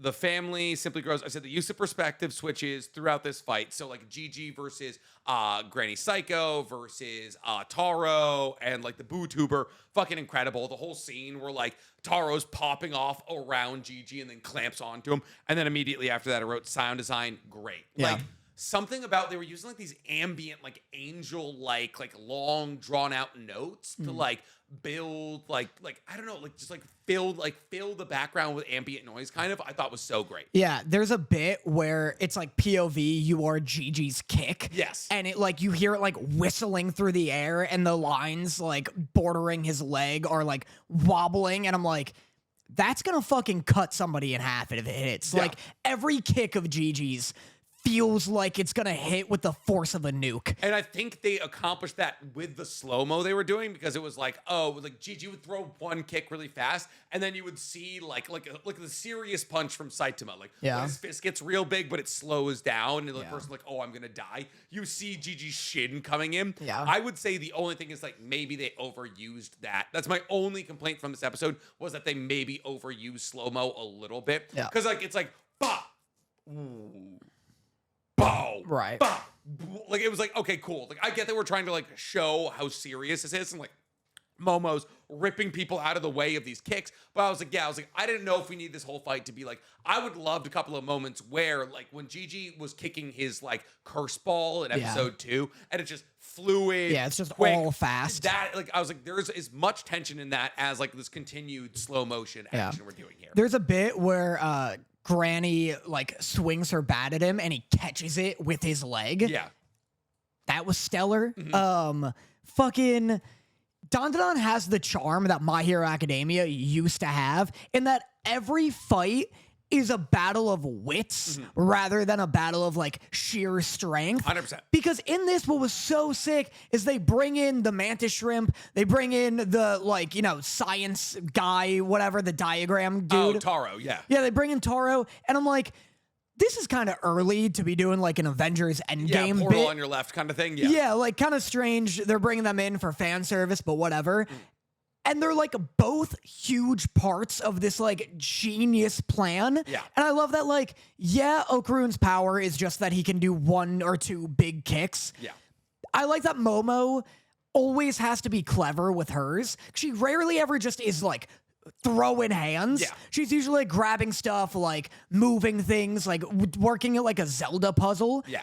And I love that they beat this guy who's like very chaotic, a very good combatant, not by just like out hitting him, but with this really clever plan where they blow up the mannequin dude and then he like entraps him within can, like, himself. Reconstitute once he gets blown up, but he has to keep all of his organs out of his body because now GG's inside of him. That was just so good. It's so good. Yeah. It's so sick. And as somebody who's read the manga, it's like, it's so cool to see a manga that you love adapted in such a like stylized and like clearly directed very well way. Like it's not like vastly different from the manga, but like the manga itself is also so like uniquely drawn, and the use of perspective is so heavily leveraged that like it's really cool to see that level of like sickness applied to the anime. You used to complain about the animation or the art design because it's like way less detailed than the manga. How do you feel about it now?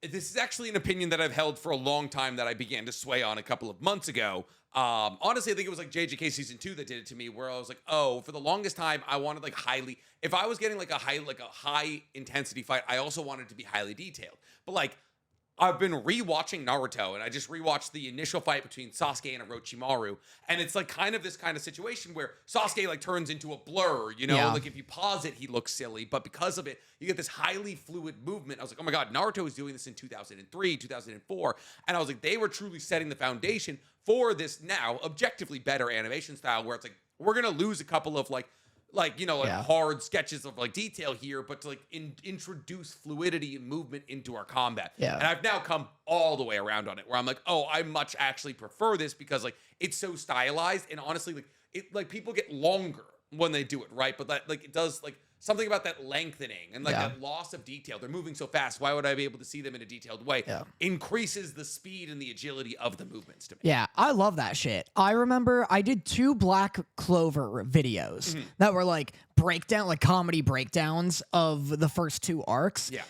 And I remember joking about how there's a bit when Asta, like, I don't know, it's when you meet all of like the heads of the Wizard Council. Yeah, I gotcha. And he's fighting the Iron Guy or something, the Brass Guy or whatever. Yeah, it's like episode like 8 or something like that. But he like enters this like Coliseum, and they're all like vying to like be a part of this Coliseum. Yeah. And Asta like does this big swing with his sword, and he briefly turns into this like MS Paint like blob. Yeah. And I remember being like, why is that what I consider incredible animation? Like, it's almost like the less detailed but more movement you have, the happier I am, rather than a really detailed still image that's just dragged across the frame. Well, that's the thing. It's like also like there is to me it's like an x equals 1 graph where it's like, oh, at like the highest level of x equal 1 you get like things like we're getting in DanDaDan right now, you get JJK season 2, but then you can be like, oh, more detail and also more movement, and then you get like, oh, that's 2B Hero X. It's like 2B Hero X, you get crazy movement, but it's also ridiculously detailed throughout all of the combat. So it's like there is like, I would prefer 2B Hero X, but like I also do enjoy now this like stylized, less detailed movement. It's like a mood thing for me, because 2B Hero X, like Queen's design looks unanimatable. Like it's so detailed, and then they also put her in the longest fight of the 9-minute fully animated fight with like no sliding of PNGs. So that's like an unbelievable standard to try and achieve. But it is a mood thing, because I love Mob Psycho and how like kind of ugly it is, and how like goopy and wobbly everything is, and I like wouldn't want it more detailed. Like I wouldn't want it to look character design, because the character designs are so simple in Mob Psycho. Right, like exactly. Fucking one of the main characters is just like a fucking green floating ghost thing, you know? But is that 2B Hero X? I think that could be 2B. Oh no, that's DanDaDan. It was a great episode. I think it's gonna slow down after this for a little bit. It's gonna be like there's gonna be some exposition episodes. They're gonna talk about like how to, keep their key inside of you, that kind of thing. So if you guys are like loving DanDaDan, like these first 4 episodes are like incredibly chaotic and like filled with combat. The next couple episodes are gonna be a little bit slower, and then there's gonna be I would say not the best arc. No. Because like DanDaDan is a story where like every single arc introduces a new character that joins the family. The next arc introduced the least interesting member of the family. Gotcha. And then the manga kind of forgets about her. So the rest of the season is not going to be as good as this was. Damn. There is more fights that will there's more Evil Eye fights. Right.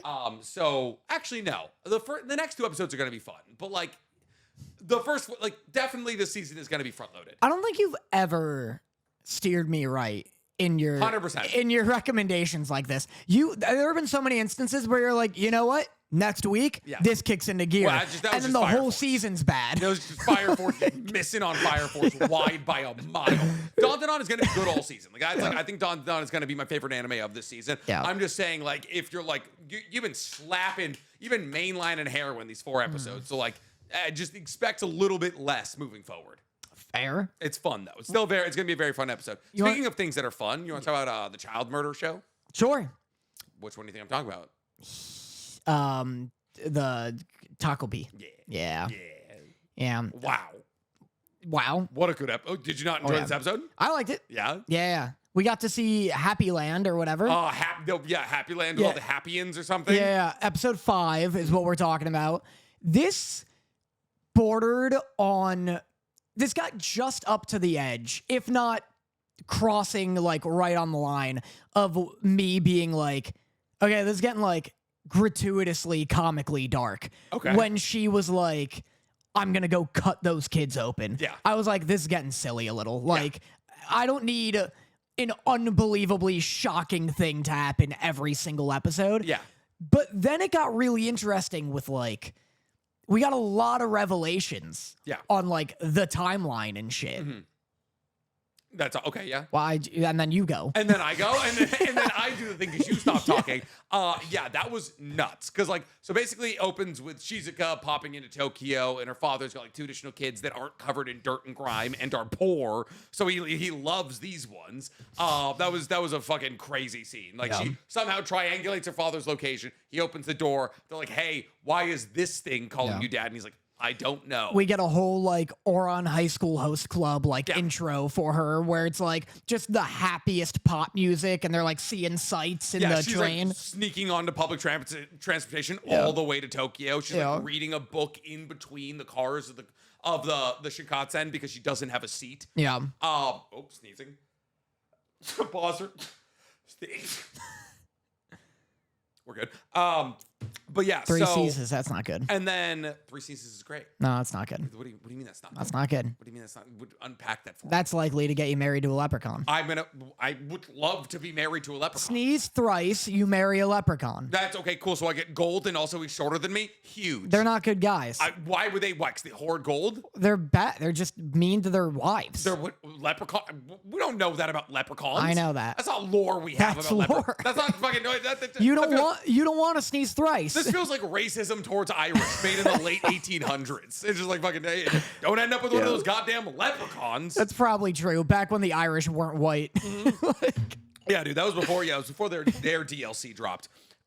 Anyways, so they were like, so Shizuka's like, we need to murder these children. We need to cut open their stomachs to see if fucking. She's like, they ate my dog. They ate my dog for some reason. They were like, oh yeah, this family with a teacup Yorkie decided to eat your goddamn border collie. Yeah. No, it's dead. But then Shizuka goes to kill Takopis because like Takopi's like, hey, I can't help you kill these children. Takopi's just got his gadgets strewn about, and she's like, will this one help me cut open a kid? And he's like, I think we should go home, Pete. I think we're done here, man. It's just like we've gotten way too deep into this shit. This is not what I signed up for anymore, dude. I know what heroin's like. Yeah, like it was dark because it's like pouring out. They're sitting under like this tunnel bypass. Yeah. You're right. All of Takopi's like gadgets are like strewn about. And he's like, oh, just play with the wings, dude. Just play with. Like he was like a single mother on like her wits end with 3 children. Like I know. Oh, just watch the iPad, please. I know. She's like, will this one help me kidnap them under the cover of night? And he's like, that one turns you into a caterpillar. Yeah, he's like, we can be other people. You want to be other people. We can do that. We can try talking to them again as other people. Yeah. But then, yes, we find out that Takopi was sent back in time because Takopi initially came to Earth to be Marina's, to help Marina be like happier. But like Marina, this is what I didn't get. Marina has a scar, but we find out it's in the future, right? So like, it's in 2022. And the rest of the story takes place in 2016. Oh. The first episode, it's not on you for not knowing that. Gotcha. The first episode is called, like, To You 2016. Gotcha. which I only remember and know because I was like, that's weird that this takes place then.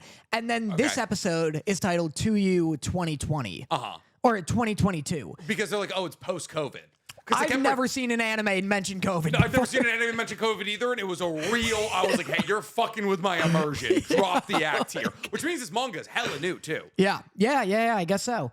2022 at least. Yeah, like at least 2022. And so like they're like, "Hey, Marina is like out there with Takopis. Like Marina's being real tough to Takopis, but like she's got this scar from getting cut. Yeah. Which is like apparently from the original timeline after 4th grade, which they're currently in right now. She gets like cut with some glass or something." So she's got a scar, but like everyone's afraid of her or some shit. Which is like I was like having a difficult time like connecting all this, but basically they're like, oh, she's because the girl that tried to kill herself, but the rope broke, and like she left town for a while, and now she's back. Yeah. But Azuma, who was always in love with her, is like now back in love with her again, kind of thing. And so what are you confused on? Because I think I can help.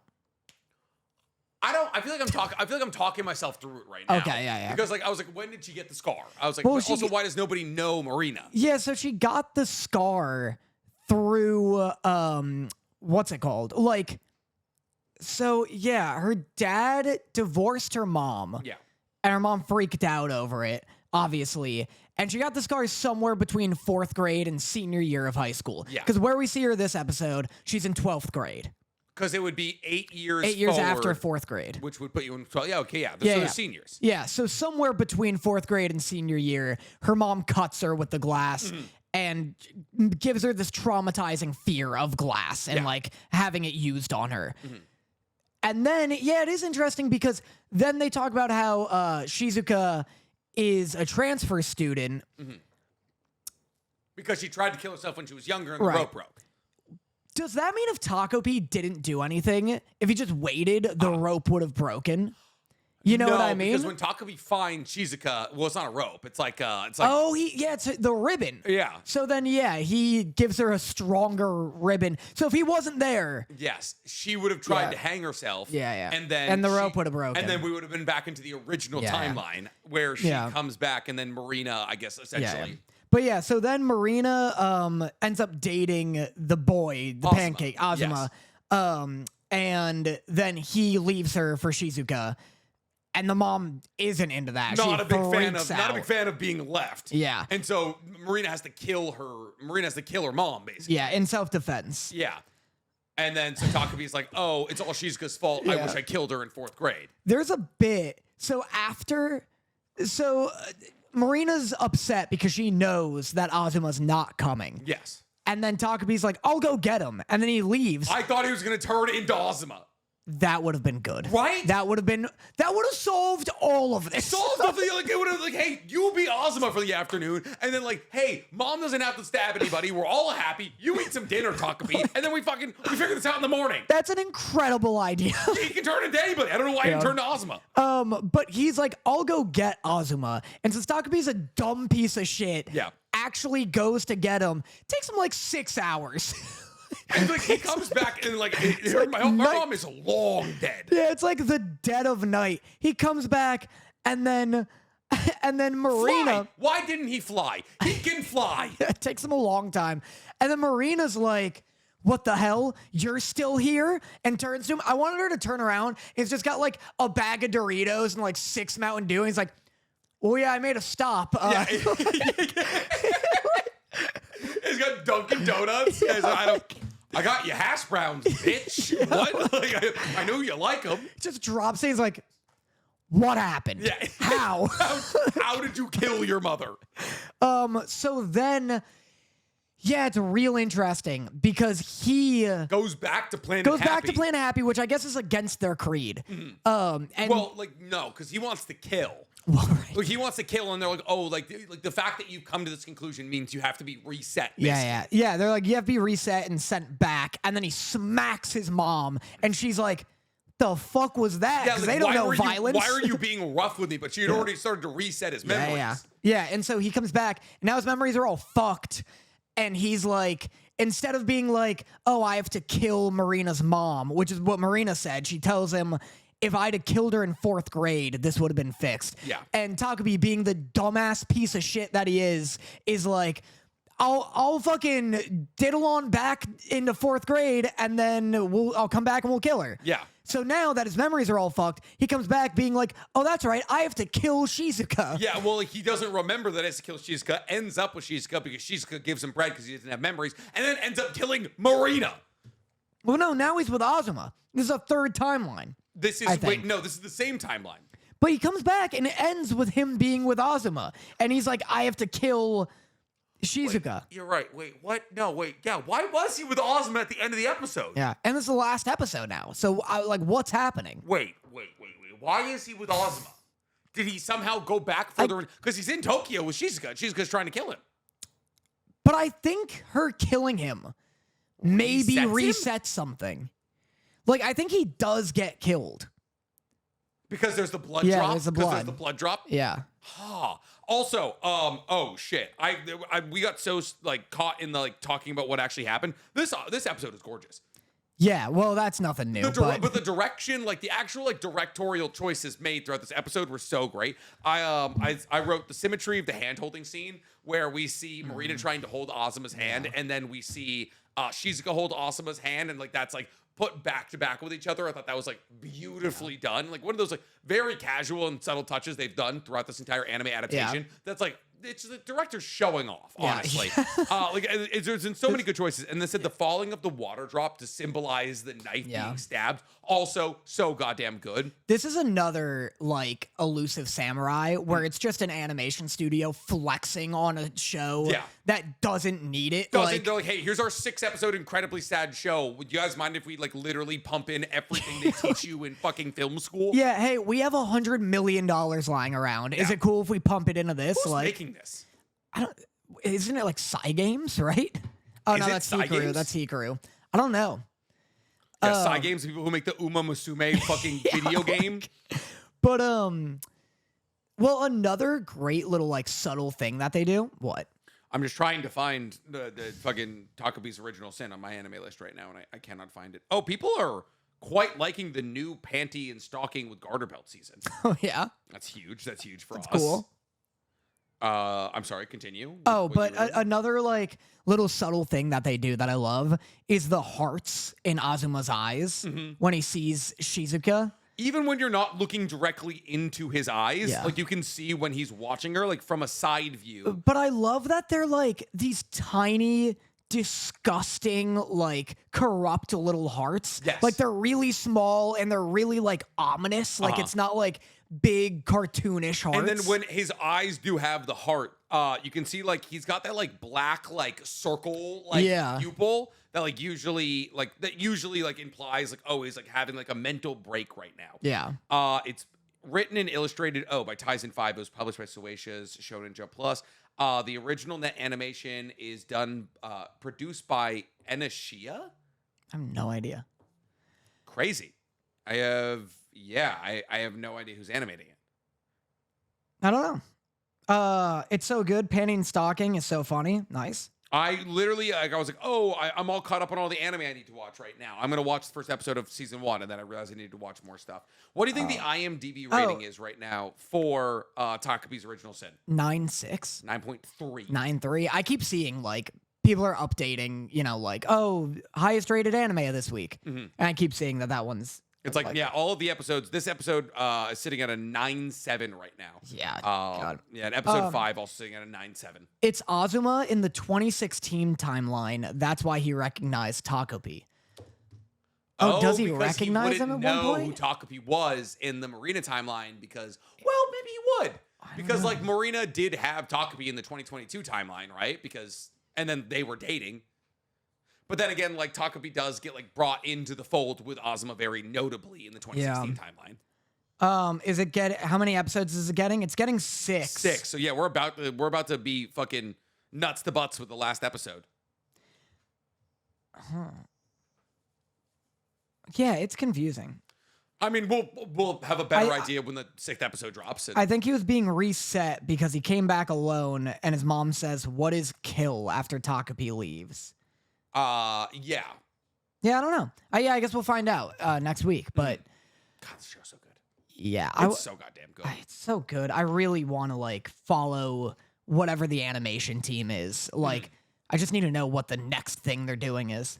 I wish I could tell you who animated it. I feel like I can't find like an actual genres animation. I can't find because everyone apparently it's a very well-known fact that I struggle with my anime list. Right. Yeah, no, it is. It's their production company is Enoshia.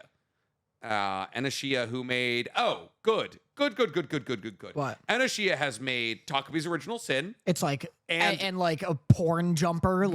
Like Guess what else they produced? What? Frieren. Yeah, so that'll do it. My God. That will do it. Shinya Lino is the director. Shinya Lito is for all 3 of the or all 5 of the episodes, or is it different per episode? Probably all of them. Let me see. what he They said. also produced Oh, he Ed also did- Sheeran X Pokemon Celestial.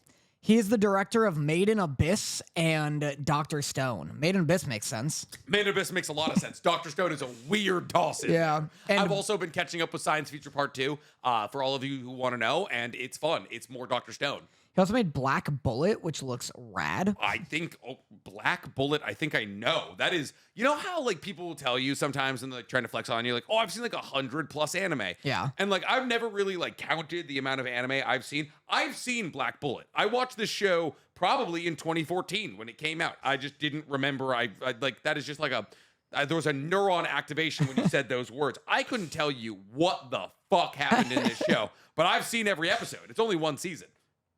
Crazy.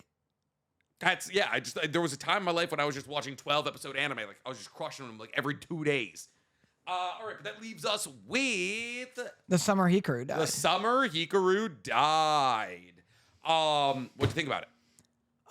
Let me refresh myself on my notes. I don't think it was the most impressive episode that we've gotten from this show Oh. quite yet. Yeah, but there's good parts of it. Yeah. There's cool stuff. I like they talk about speaking of we've never seen things mentioned in an anime before. I've never seen an anime say LGBT before. That was wild, and also acknowledge like blatant homophobia in Japan as well. Yeah. They're like, oh, like that son is cursed, and he's like, no, I think he was just gay. And they're Yeah. like, oh, one of those LGBTQ folks. Yeah. Wild. That was a crazy conversation that I really liked because then I really liked Mr. Protagonist, Protazo-kun. Fuck. Hikaru and Tsukishima? Oh, Yoshiki. Shoshiki, that's what it is. But I liked him being like, I can't fucking breathe in this town. Like, I like it's a really interesting perspective that feels what I assume is like drawn from personal experience 100%. from the manga of being in a town that just everyone knows each other and they're all just gossipy bitches and you're gay in this like homophobic town. Yeah. And he's like, I just hate that I can't have like my own secrets and stuff like that and here. the one outlet you had, which was your best friend and Yeah. possible lover, is now dead and taken over by an alien. And it's like now it's only even more suffocating because not only are people constantly trying to be in whatever you're doing, constantly in all of your secrets, but now you're also trying to keep what is objectively the biggest secret this town has ever had that they're trying to crack using fucking supernatural means away from everybody else. So this is episode 4 of Summer Hikaru Died. Yeah. Yeah, I like that. I love anytime we get to see more of the hamster guy. Yes. Just a They also animated the fuck out of that hamster screaming for no goddamn reason. it was crazy. He's just such a weird ass. It reminds me so much of Chainsaw Man, where like he's so mysterious, and you get this feeling that he's so like dangerous and like adult. Like I get the same feeling from him that I get from Makima, where I'm like, oh, if Makima ever turns on Denji, it's just over. Yeah. Like she's just so in another league and in another realm that like we're currently in the timeline. And I get that feeling with him, especially Which when makes you uneasy. He makes you uneasy. he makes me uneasy, especially with him being like, you know, one, I have to give up an organ to set up a barrier, which is like, okay, that's fucking You don't crazy. get a lot of those to give away. Like I don't. No. He was like, how many have you set up? Yeah. Like, I get that his skin's all splotchy and he's clearly not doing well. Gallbladder, one kidney. Yeah. Next is eyes. Eyes or balls. Oh, balls. Oh, I'm giving up ball. Oh my Yeah. god, I'm giving up balls. Both I'm gi- balls. Like one ball. Yeah, Yeah. I give up one ball. Yeah, one yeah. barrier. I'd give a ball. Yeah, it's just so he has that where it's like I have to give up an organ to make a barrier, and then he's like, which is preferable to the method my employers recommend me Which use. is probably like killing somebody or something. Yeah, like just such a cool, weird addition to what I thought was gonna be a kind of quirky slice of life romance. Like, No, but it's like a psychological horror BL action story. yeah, like I'm waiting for them to pull out like an unreasonably good action scene, link click style, where you're like, the show doesn't need fights, but the fights are great. Because that's the thing is like this show probably doesn't cost that much to make. Like it's not like animated. I Like, don't it's know. pretty to look at, but it's not like animated in such a style where you're like, oh, like this could be. Of course, this cost a gajillion dollars. Yeah. You know, like it's just mostly like kids walking around or sitting or talking. Kind Yeah. of thing. I Like, don't know. motion His is there. gloopy effects are pretty crazy. I guess like that's fair. Like all like, Yeah. whatever the Nonoki or whatever is inside Yeah, of Hikaru like leaks out. Like there's like a lot of color and all of that. Yeah. And like it is very well directed. Like there is like with this like with so many other episodes this season. Like there was a lot of very clear directorial choices made that were absolutely added value. How'd you feel about? Did you think Hikaru was an alien this whole time? Because I did.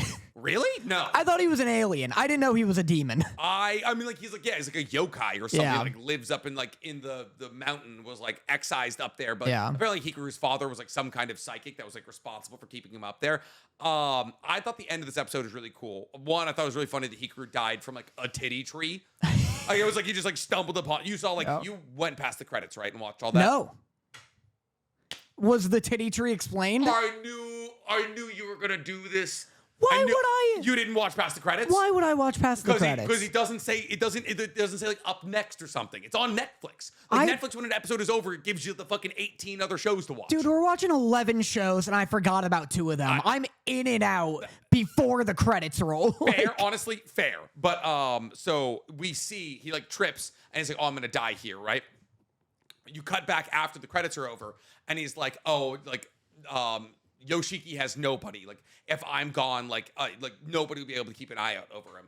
And so like you get the POV of Hikaru dying. And he's I can't see. There's blood in my right eye. And then you see Nonoki find him, and it's like Hikaru making a promise with Nonoki. He's like, keep an eye on Yoshiki. So it's like Hikaru, it like adds another level of complexity to all of this, right? This is such crucial shit It's been to put in the post-credit scene. It's like a very important piece of information thrown in the last 45 seconds of the episode, because it's like, oh, Hikaru is like making a consensual pact with Nonoki, being like, stay alive, Yeah. keep an eye on Yoshiki, which is exactly what like Nonoki is currently doing. How do you feel about that? I kind of like that layer of complexity. I kind of like the layer of complexity that Noshiki's maybe just an evil dickhead. Like, not an Interesting. evil dickhead, but I like the tension and horror aspect of like anytime Noshiki's being like cute and quirky, there's a layer of uncomfortability because you're like, hey, you're wearing my dead friend's face. Like, you don't get to enjoy a popsicle. I think you can still have that, because like I don't know if Nonoki is like entirely cognizant of that pact that was made. Like there's like obviously a lot of moments where like Nonoki / Hikaru was like, oh, I don't remember how to do this or know how to do this. We see him. I mean, we saw Nonoki kill an older woman because there was like, oh, that's Nonoki down from the mountain, right? So there's still that evil aspect, but it adds a different layer of complexity for Yoshiki, because like Yoshiki now, like who wants to keep like Hikaru at a distance unless he doesn't because he's still in love with him, is now like, oh, this is what Hikaru would have wanted. Yeah. Is this body staying with me? Yeah. So I think it adds maybe less complexity to Nonoki's story, but it adds more complexity to Yoshiki's. Yeah, I suppose so. But I don't know. It removes the impact for me of like, I love anytime he's like, yeah, maybe I do like him, and then they show the scar he left on him. Yeah. Like they're always cognizant of being like, hey, don't forget though, like this is hardly consensual, any of this. Even in the ending credit scene, I just realized today that Yoshiki has that bruise on his arm. Yeah. So it's like, yes, like it's like a physical reminder of like, oh, this is not an equal relationship. And like now Yoshiki is trying to leverage like the nascency phase that Nonoki / Hikaru are in, to try and like, I guess like mold him into the Hikaru he wants him to be, which is another like interesting examination in like, oh, this is a back and forth, because like obviously obviously Nanoki / Hikaru has a physical advantage over Yoshiki, but Yoshiki as the eye, like as the apple of Hikaru's eye, and also as a much more like emotionally intelligent person, has the ability to control essentially a child into being the version of Hikaru he wants him to be. Yeah. So it's this weird give and take where both of them are using each other in not a healthy way. So it's like almost like no one's in the right here because they're both trying to get what they want from each other almost non-consensually. Yeah. So that's why I think like it's such an interesting examination in like power dynamics and also like told through the medium of like a BL story. Yeah. And like examining like anti-queer sentiments in like small towns in Japan. Like, Yeah. Oh, it's dope. I love it. I like it a lot. It's so good. But yeah, that's all we have today in terms of anime, I believe. So we talked Takopis Original Sin, DanDaDan, To Be Hero X, Gachiakuta, Kaiju number 8, which we didn't really talk, we got 'em all. Hikaru, Tougen Anki, and Sakamoto Days, which... If Takopis Original Sin wasn't airing this season, I think Summer Hikaru Died would be like my favorite. Yeah. I mean, like my actual favorite. Fortunately, next week, it'll be gone. I know. Yeah. I think like my actual favorite's probably DanDaDan. Like I think DanDaDan's the best one. But the fact that the Summer Hikaru Died is so unexpected, and I wouldn't be watching it if not for this podcast. Like that's why I'm so hot on it. I'm like, what a great hidden gem that like is so high quality for no reason. Because people are watching it, I think. Like it's not like one of the most popular anime like coming out right now, but it is definitely, I'd say it's number 5 this season, something like that. Let me check. So it is, The Summer Hikaru Died is number 7 most popular anime this season. 150,000 people watching it. That's pretty good. You know what everyone is saying is like transcendent. The highest ratings out of any anime this season. Night of the Living Cats. I just saw a picture of it. That sounds incredible. No, it's The Fragrant Flower Blooms with Dignity. Someone told me about this. It's like a 8.77 on my anime list right now. Chat, are any of you guys watching it? Is it good? Do you have chat up? I don't have chat up. Do you have chat up? I have chat up. Okay. Yes, I was asking so you could get our answers to this, but it's animated by Cloverworks. This character looks like someone I've seen. The male looks just like someone from like, I think whatever the one with the deaf girl is. Kind of looks like Your Name? that. No. Everyone can hear in Your Name. Everyone can hear. Oh, wait, the one with the deaf girl. Yeah. Your Lie in April? No. I think they can hear in that one. The one with the deaf girl that gets bullied. And then everyone's got the X's on them. Is that not Your Name? No. That's not Your Name. No. Fuck, what is that? Is it not Your Lie in April? Silent voice. Silent voice. That's what it is. I just love you rattling the. Is it Naruto? No, everyone can hear. Fuck, God, no. There's no deaf girls. I gotta think of the deaf girl one. It just really puts into perspective how little deaf representation is in media. Honestly. Silent voice. But yeah, people are saying it's absolutely amazing. The Dignity one. Let me give you the synopsis here. Despite being adjacent to one another, Chidori Public High School and the all-girls Kikyo Private Academy seem to exist in 2 different worlds. While the latter boasts an immaculate reputation and favors students from wealthy backgrounds, the former is a nest for dim-witted delinquents. Everyone in Kikyo harbors a deep hatred for their Chidori neighbors. 16-year-old Rentaru... Did you say Chidori neighbors? Chidori neighbors. Yeah, it is called Chidori. That's funny. Which is Japanese for 1,000 birds, mind you. 1,000 cheeps. Yeah, like, 1,000 fucking screaming birds. 1,000 screaming. I mean, Kakashi Chidori'd his neighbors, and that didn't go out so well for him, so... I like knew it was called that. I remember growing up and hating that. It's like when they explain in Demon Slayer that you can't actually see the effects. Yeah. I felt that way with Chidori because one, they're like, oh, I named it that because it sounds like a bunch of birds cheeping. And then they were like, it's the perfect tool for assassination. well, that's also ridiculous. Yeah, they're like, it's the perfect tool for assassination. I was like, you named it after the worst sounding thing I could imagine. I came up with the perfect silent assassination technique. I call it Trillion Dogs. Yeah, I call it an AC/DC concert. Yeah, like... I call it Hell's Bells. Yeah, but like, what are we talking about? But no, they're like, yeah, it's called 1,000 birds chirping, and I was like, I thought it was just making the sound of lightning, and then they're like, it's pure chakra, and I'm like, I thought it was lightning. And then like, later it does. Well, turn it becomes into lightning release. Yeah. It's so silly. Anyways, 16-year-old Rentaro Sumigi is a student at Chidori whose intimidating face leads people to avoid him. Rentaro pays no mind to this as he's content with his group of friends. However, there is something he has not told them yet. Sometimes he helps out his family's cake shop. One day, you would hate this fucking show. One day at work, Rentaro sees a customer at a table, but she runs off before he can talk to her. The next day, he receives an apology from the girl, Karoku Waguri, who explains that she did not run away because of his appearance, and that she believes Rentaro is a kind-hearted person. Although he is not used to Kokoru's bright personality, Rentaro looks forward to forming a friendship with her. There is just one obstacle that stands in the way. Kokoru is a Kikyo student, so it's a romance anime. Yeah. Yeah, you'd hate it. I like some of those. You like none of those. I like when they skateboard. Okay, fair. I like this one. Uh-huh. Summer Hikaru died's a romance. I do, kind of. He was in his chest. There's been one fisting scene. Yeah. That's not romance. That's just Folsom Street. I thought there was one I like. I don't know. Yeah, exactly. Yeah, I guess not. Apothecary Diaries, hate. Bad. Yuri on Ice, Fine. you just like when sports are involved. It helps. Yeah. It helps when there's like a secondary thing that I can like root for. That's not just I like Your yearning. Name. Your Name, I guess is kind of a romance. Yeah, it's all those sad ones are romance. but no one can hear in it. That's, it's real hard to tell somebody you love them. That's when why they it's have no called idea. Your Name. It's like, I'm Shizuki. And they go, what? Huh? And I love you. Huh? That's why nobody knows each other's name. Get my fucking ear horn out. Can I do my best boy this week? Yeah. My best boy this week is Sex Island Nukitashi. New anime just dropped. Sex Island Nukitashi. I don't understand what is and isn't allowed in Japan. Okay, because here's the thing. So if you look up Sex Island Nukitashi, you're probably gonna find the game. There's a game where you play as a main character and you're on this island and everyone's fucking all the time. And you're like, what? Okay. And you're a prude. You're a prude in this world. I don't know if you're actually the prude in the world. This might just be the anime. But basically, there's this island. None of these outfits make any sense. Yeah, let me see. Let me see the boobs. I want to see the boobs.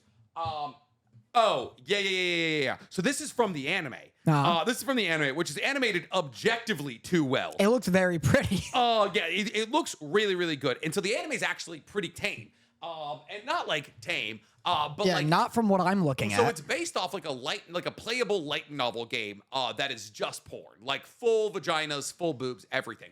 This actually, you don't see like vagina or boobs, but everyone's straight fucking all the time. Right. And it revolves around this guy who moves back to his home village, which is located on this island that's trying to ramp up their tourism by just being the slut capital of the world. Right. So everywhere this guy walks with his little sister, everyone's fucking all the time. And he's like a prude, he's like a virgin. It's like he's called like an untouched. And so everyone's trying to fuck him because like that's the thing. It's like they gotta fuck these virgins. And so he tries to build a coalition of friends in this high school who are like, hey, we gotta bring back Christian values to this sex island. And so the entire story revolves around a guy who doesn't want to fuck on an island where everyone's fucking all the time. It's like Bell Dasha on Yes, Love Island. On Love Island. Yeah. I got 11 minutes into the first episode and I was like, this is the dumbest thing I've ever seen, and I dropped it. Yeah, I bet the 11 minutes is way longer than. Is there a spider? No, my back camera is spazzing out, which makes me believe that some kind of ghost is currently trying to break into my house. Ghoul. Yeah. That sounds awful. Why are you always looking for like your next Gooner anime? So you did this. You did the deer one. You did the. My Dear Friend Okton is not a Gooner anime. You did plus-sized elf. That was plus size elf was there. There was Dark Yandere elf was up there. That's just high dive. The one with this. Okay. How dare Konosuba? Konosuba? That's not a Gooner anime. It is a Gooner it's a anime. comedy anime, you asshole. They can be funny. Yeah, it's fair. And I believe that Sex Island Nokitashi is trying to be funny. The reason that I found it was like, people were like rating this week's episodes on Instagram. And I was going through it. And it was like, Sex Island Nokitashi, 8.5. And I was like, what the fuck? I like looked it up and I had to watch it on what's that thing? Pornhub. No, on Daily Motion. I had to watch the episode on Daily Motion. Worse than Pornhub. Yeah, like almost objectively worse than Pornhub at like 720p. And I was like, what is this? Daily Motion. You can never. I can never watch something on Daily Motion and be certain that it's like in the correct aspect ratio. No. Like I'll watch something on Daily Motion and then I'll watch it on like what it's intended to be watched on, and I find out that it was just cropped 70%. You're like, yeah, like why do they keep alluding to things off screen? Yeah, like I can't it's like, why see is there so shit. much camera shake? And it's like, oh, the guy recording this on his iPhone is jerking off. You know, it's like, why is this app still fucking here? This is recorded in a theater. Yeah, like literally, like I don't understand. understand how Dailymotion still exists when it is literally a platform Yeah. dedicated to just pirating shit badly. Yeah, it's just a mainstream pirating. It makes no sense to me how it still exists, but it was either that or watching Cheating Wives, and so I chose. Why is it just that or that? I saw those like, oh cool, Cheating Wives and Sex Island Nukatashi dropped. Which one should I drop? Watch here.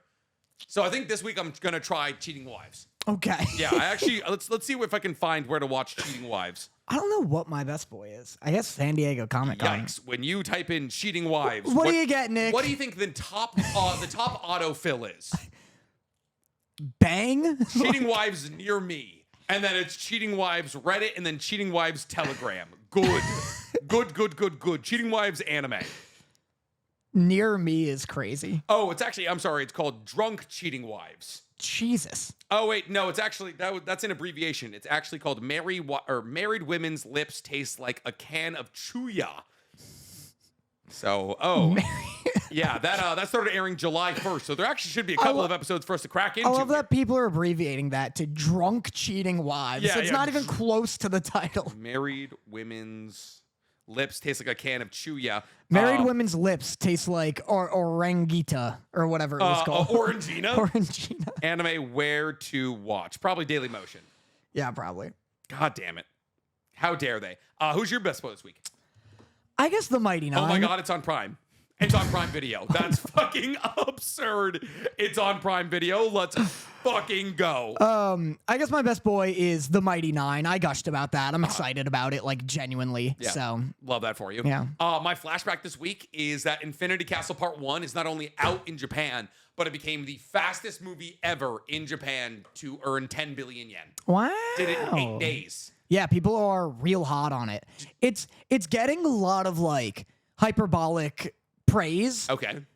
Like you think people are being like too kind to it. It's not that I'm like, oh, I think people are lying, but I think regardless of how it's like perceived, I think we'd be getting the exact same headlines. Like people Gotcha. are like I'm seeing articles that are like, people are passing out, the animation's so good.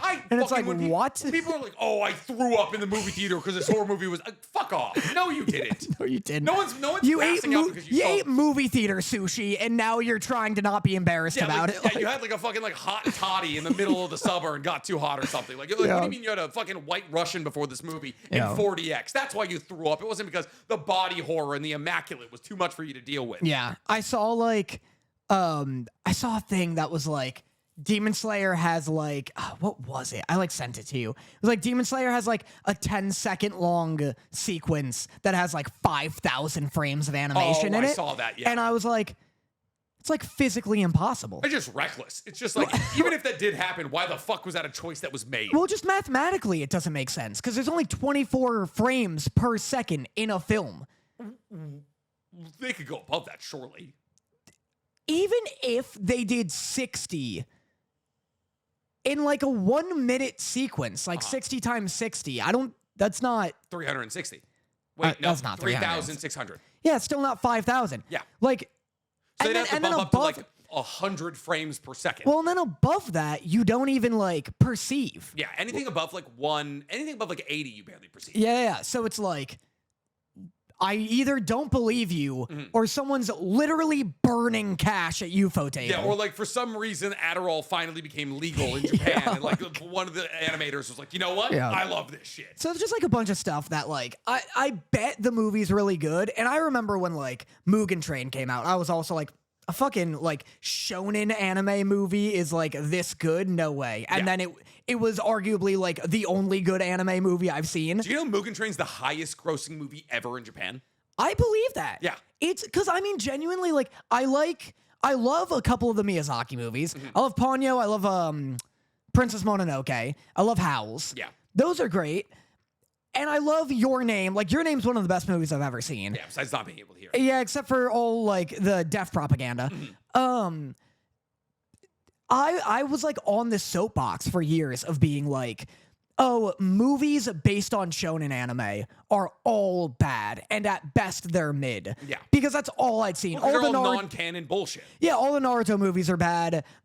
The best Dragon Ball movies are mid. Uh-huh. And then Mugen Train was like, an actual good movie. Yeah, like a literal masterpiece. Yeah, and so like now I'm like, I buy that Infinity Castle is also really good, but I think even if it was mid, these early screening like reviews would still be like, my eyeballs bled. Yeah, you know, 100%. And but like the fact that it is the fastest grossing movie of all time in Japan is crazy. Like speaks to like everyone's like, oh, Demon Slayer's on its way out, that kind of thing. It's like not in fucking Japan where it actually matters.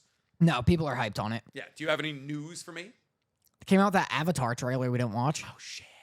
Not even like the ATLA one, like the blue people. Well, we can talk about that. They released the first look at the upcoming Avatar. Oh. The new one, the Earthbender. Gotcha. Have you seen her? No. Look it up.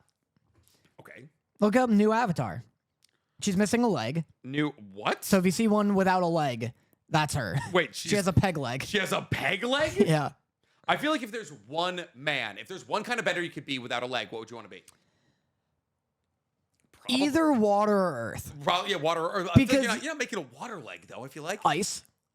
It's cold, but, you know, you make it work. Suck. Yeah, put like a little blanket over your nub. There's that girl who makes water arms in Korra. New Avatar The Last Airbender. No, you know what? You're right. If I'm missing arms, I want to be a waterbender.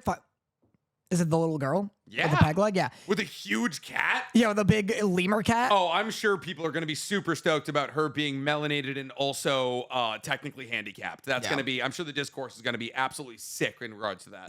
Yeah.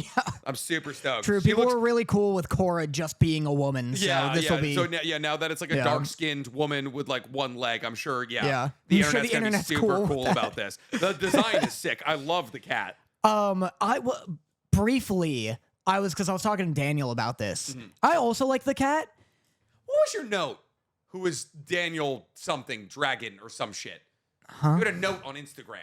You're like, who is Daniel Dragon? This is Daniel Tiger. That's what it is. Yeah. There's like this PBS kids show going around that's like, it's like top 10 most annoying Daniel Tiger moments. And it's just clips of this kid, like a Bluey style character, being like at a birthday party and a kid gets a present and he's like, I wish I got a present. And people being like, it's not your fucking birthday. And just like not giving this kid any any excuses. And people just keep being like, you got to react to Daniel Tiger. So I woke up being like, what the fuck is this? Daniel Tiger. I had a very similar moment to that recently. Me and Dorothy went to Palm Springs like last weekend and there was a claw machine and you could get ring pops. And this little girl ran up to me and Dorothy just like unattended, just got out of the pool, like dripping wet. She's like, man, I love candy. And me and Dorothy just keep talking. She's like, man, I wish someone would get me some candy. Me and Dorothy just don't acknowledge her. I'm like, Dorothy's like, move the claw over there. I grab two. I get two ring pops. Like, Dorothy's like, get me one. And I'm like, cool. Yeah, of course. She's like, man, I love ring pops. Drop both of them down, grab them, hand one to Dorothy, grab one myself, put it in my pocket, walk away. Don't acknowledge a child. Fucking, I'm gonna reinforce this child trying to bully people into giving them their hard-earned candy. Fuck off. Just grifting. Just like literally grifting. Like literally just like hard sighing. Be like, That's I so love funny. candy. And I was just like, we literally just didn't even acknowledge or grab the ring pops. You get the ring pops, throw them out, unwrapped, unwrap them, throw them like out. toss them in the pool or something. Yeah, like chlorinate them, just watch them disintegrate. Yeah, fuck you. It's my goddamn candy. I paid for it. It's so funny. But what were we talking about before that? Avatar.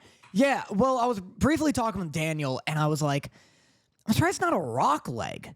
So they can like bend it into cool shit, like the Blade Runner, like kind of thing. You know that runner who doesn't have legs. Pistorius, who killed his wife. Yeah. I guess he did do that. Yeah. But like, so you could do like one that's like more comfortable. You could do one for sprinting, this and that. Yeah. But then I realized, probably don't want other people bending your leg. That's also incredibly fair. That's like fucking Mistborn shit. You're like, I'm not bringing in bendable elements into this fight. Yeah, she like rolls up with a rock leg. The other guy just like shoots it up her body. That would be fucking, just like turns it into a spike or something.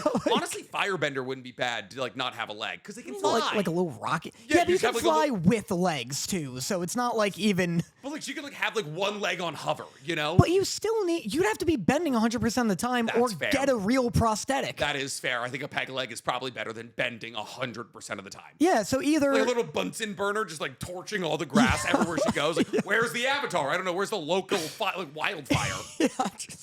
just a trail of burnt grass for miles.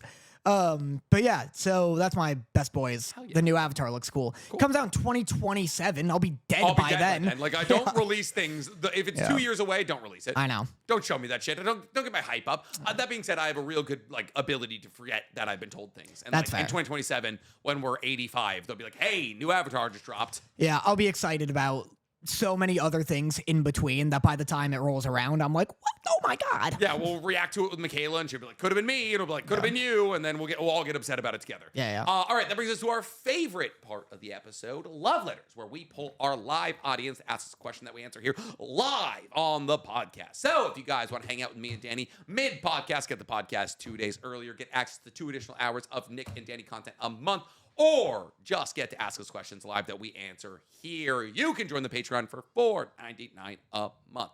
Danny, you have the chat open. Synonymous Otaku asks, if you had to choose 4 characters from anime to make a Fantastic Four, who would it be and why? Obviously, Luffy. Obviously, Luffy but the problem is Reed Richards is really smart. Yeah, but Luffy, there's something about Luffy that somehow keeps tricking people into being his underling. That's fair. Listen, he doesn't have IQ, but he does have EQ. Like Luffy is like street smart in a way that Reed Richard probably isn't. Yeah, Luffy, it works. He's also the captain of his squad. I was going to say, it helps that Luffy's already a leader. Yeah. So it's Luffy as the leader. Yeah.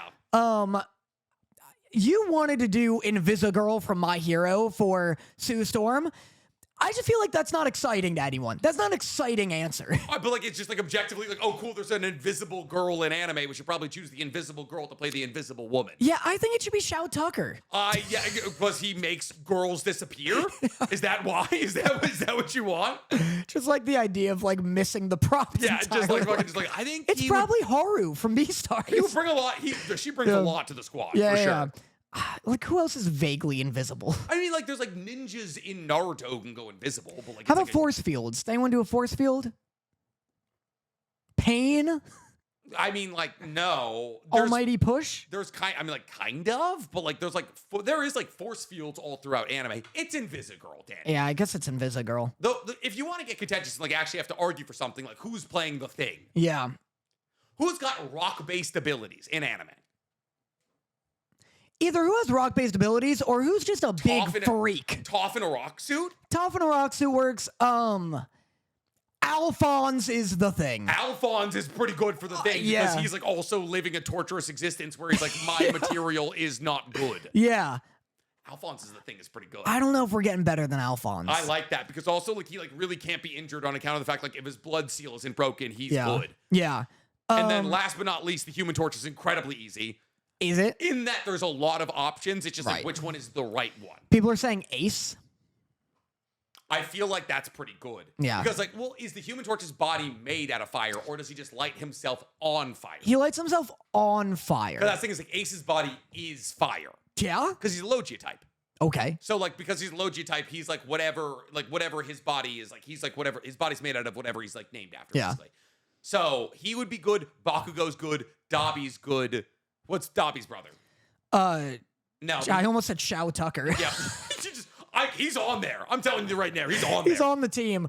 Shao Tucker's the Dr. Doom. Yes. Well, I was going to ask who would be Doom. Well, so it's Todoroki. Todoroki. Is who you're looking for. But Todoroki's half ice, so I feel like that doesn't work. Yeah. I feel like Ace is a good answer because I feel like Ace also has a very like flippant attitude about things, and that's like what? Yeah, he's more charming than Bakugo, obviously.